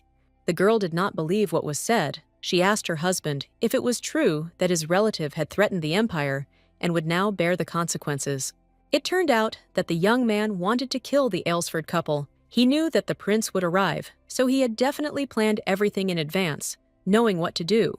3 days ago, Pavel reported the threat to his master. Everyone understood that Balhail would not miss the opportunity to do something, but the assistant did not understand why the guy was so calm. There was no need to worry about the Lord, because he was even capable of fighting the dragon, but with Nadia, it was a completely different story. In any case, a meeting on a hunt can also be used as a chance. An important guest will be present, and everything can be changed. It doesn't matter who the Count is going to kill, but what matters is that he will try to kill the prince and will be considered a national traitor. The plan is good, but the motive is obvious. The Orc and Balhail have no connection. The man assured that they will not conduct a deep investigation and will simply carry out the execution. According to informant Blank, the Emperor and the aristocrats have been arguing about taxes lately. The king's power is weakening and the people's strength is growing. If things continue as they are, the aristocrats will achieve tax cuts, which is their main goal. The leader needs a reason to strengthen his power. Pavel is still worried that if an investigation is carried out, it will become clear that Aylesford is behind everything. The man remembers Nadia's family, which was always under protection. To oppose the Marquis people with even more power are needed, and thus they will have to be won over at all costs. Aylesford has changed the mines and fertile gardens, and the wife's right remain without a shield to keep everything that matters most. It will take great strength. Altair was right and foresaw the threat, so he turned it to his advantage. If all this had been on the pages, the lady would have been shocked by the plot twists. The girl is no longer a reader. She is Nadia. The pain in her shoulders and the fear are not just words on the page. She understands that it was a wonderful act, but the man should have told her too. The young man noticed the tears and wanted to touch them, but the lady jumped back. It was clear that it was impossible to say anything in advance, but although the husband was concerned about safety, it was still unpleasant. Nadia had to hold back since her parents died. Since that day she had to obey too much had happened. The lady wants to rest. Right next to the carriage, the heroine was caught up by Cain, who had something to tell. The young man had heard the conversation and was assigned to protect my lady. The man understands that everything that happened was his fault, but he doesn't want to tell the girl this. She shouldn't have reacted so violently. Nadia would have liked to feel better, but she was also human. She was in the dark and afraid, and this was just a plan of a reliable person. The girl is angry with Aylesford, although she knows it is just a mistake from an Eastern meeting that began with anxiety and excitement and ended in the first marital dispute. The brunette didn't understand why his wife was so angry with him. Cain suggested that perhaps everything had become so confused that they had missed something. For the knights and Lord Balhail, he was just a pathetic little mouse, but for the lady, it was something terrible and brought a lot of worries. One has only to imagine how scary it was. The Count was still a grown man, and the lady was from the capital. The ideal plan turned out to be not the best. The young man feels that he has made a mistake, and he doesn't know how to apologize to his wife. The organizer apologizes to the prince. He did not think that Balhail would arrange such a circus and ultimately commit a crime. Orca frowned. He didn't think the guy was capable of such a thing. Of course, he was always strange, but not so much that he would behave incorrectly. The blonde decided to resolve the situation. He smiles, noting that there is nothing to apologize for. After all, the organizer is not to blame for what the guests do. The hero thanks him. The young man is really weak and timid, as everyone else said. A cold suddenly appeared around him, which made him embarrassed. He asked where the Baroness was. They said that the girl was in shock and could not receive guests, and Altair arrived bringing with him a servant who belonged to the county. Alsford remains calm as the blonde starts screaming, not understanding how anyone dares to touch the maids without permission. The brunette sharply says that the maid was involved in the assassination attempt. The knight and another maid saw the girl receive gold from Balhale. The girl didn't have time to hide the money elsewhere. If you search the things, the gold should still be there. The girl screams that there is nothing there, but nothing came of it. 5 minutes later, one of the knights actually found the money. The count does not understand how it can be proven that the gold was transferred from the tent. Of course, a bribe in itself is not proof, but the bag in which the money was brought is extremely important. Its aroma is different from those that people are accustomed to. Balhale always used his special perfume. The count shouts that he knew nothing. He understands that he could also be accused of treason. The man started to hit her, while the woman screamed that she didn't know it would end like this. Orca smiled. He also knew what he was doing. The Eastern trip had been productive. The meeting was now over, and all the tasks had been completed. Cain knew that Balhale would not leave alive, now having ended up in the infamous prison. If the lands taken unjustly were returned, the long conflict would end. The knight noticed how the gentleman was looking sadly at the ground. He tried to assure her that the lady would be fine. She herself was not very sad. The assistant will be punished for disobeying orders. The hero made it clear that his wife's safety is a priority, but of course, in the end, everything ended up wrong. The brunette can't judge, but he offers to make a gift for the girl. Prepare properly, Lord. The girl won't be able to help but melt. The guy's advice is unreliable, but there is no way out. The Baron has never been afraid that anyone would hate him, but he does not want Nadia to be prejudiced against him. If the plan doesn't work, he'll have to find another way out. The young man understood this too. Cain is responsible for what he's going to do. After a tense meeting in the East, it was time to leave back to Alsford. Mary was by Madame's side, and she apologized sincerely. She was sorry that she couldn't be there at a rather important moment. The blue-eyed one asked not to worry, all the maids were elsewhere. The girl asked Sir Cain, and he said that the Lord really cares about the beauty's well-being, and also about her safety. The lady knows, but this does not improve her mood. Looking out the window, the lady accidentally met her husband's gaze, and she felt a little uneasy because she almost immediately pulled the curtain. It seemed like it would take time to overcome all the fears. Mary nodded, but reminded them that there was no point in delaying it because they needed to remain good spouses. There aren't many couples in the capital who sleep together every day, but the man wants an heir, so they're always together. The girl thought that was the only reason. The blue-eyed woman lowered her head sadly. The woman was right after all. If it were only about the heir, they would have spent the night calculating the right day for conception. The brunette advises to first calm down, then tell the Lord about your feelings. An honest conversation is the best way to resolve the situation. There is no point in thinking about the future right now. It would probably be too much. The gentleman really did offend his wife, so a few days of anger would be fine. The lady had planned to forgive the young man the very next day, but now she has changed her mind. She will remain a slave for exactly 2 days and then talk to her husband. Something happened. The carriage shook. Mary opened her eyes, not understanding what had happened, but she noticed blood around her. Cain ran into the carriage to ask if everything was okay. The maid was fine, but the lady who protected her seemed to be a little hurt.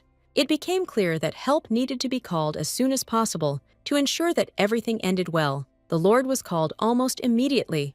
There should be a village with a healer nearby, or you can go to Countess Gillen because they are next to her lands. The young man could not move. He looked at the woman covered in blood. He had to quickly get ready, tearing off a piece of his jacket, and decided to carefully bandage his head to help at least a little. Altair volunteered to carry the girl. She would have asked where they were going, but he lost consciousness and therefore couldn't. The man decided to go to a village in the territory of the enemy kingdom of Katas. The most important thing is to save Nadia. He will have to take action. There were never any animals in the forest, so someone must have staged an assassination attempt. The Lord is obliged to heal his wife and return to find out everything.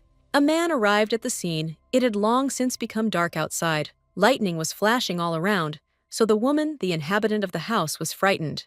The woman smelled blood, realizing that she needed to warn everyone about the attacker, while the young man asked for help. His wife was seriously injured. Of course, Alsford had to cross a foreign border, but he was lucky that a doctor was found, and the bleeding was well stopped. Riti was asked to go to the store for bandages, as the doctor thought there wouldn't be enough of them. The young man quickly realized that this was all just a fake and found more bandages. He took out a knife. If the situation worsened, it would not be very interesting. The man was silent and then noted that the guest spoke Caltassian very well. Now only a doctor could help. They wouldn't dare touch him. It seemed that the hero knew who had come to see him. For some reason, he found out about it, even without having too much information.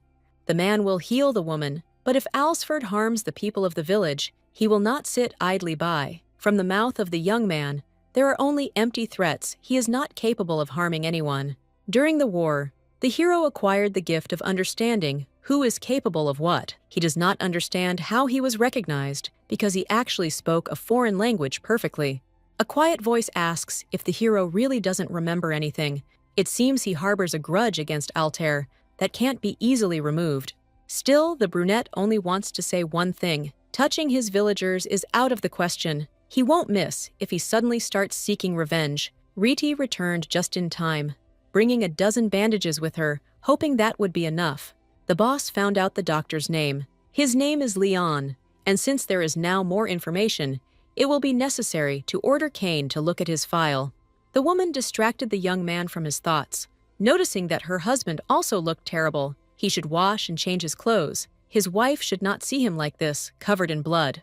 The young man was taken from the room. Although he tried to resist, Leon was left alone. He did not understand how it happened that Riti hit Baron Alsford. The woman finally woke up. She heard footsteps, but did not know who they belonged to. Opening her eyes, the lady did not understand where she was. A peasant woman entered the room and stated that the lady had been unconscious for about a week and that moving immediately could be a dangerous task. It turned out that the husband was working in a field nearby, and the young man promised that he would definitely help with all the chores. No matter how much the heroine thought she did not see her husband in the field, it was likely that Kane brought the girl to the village, and the locals were mistaken.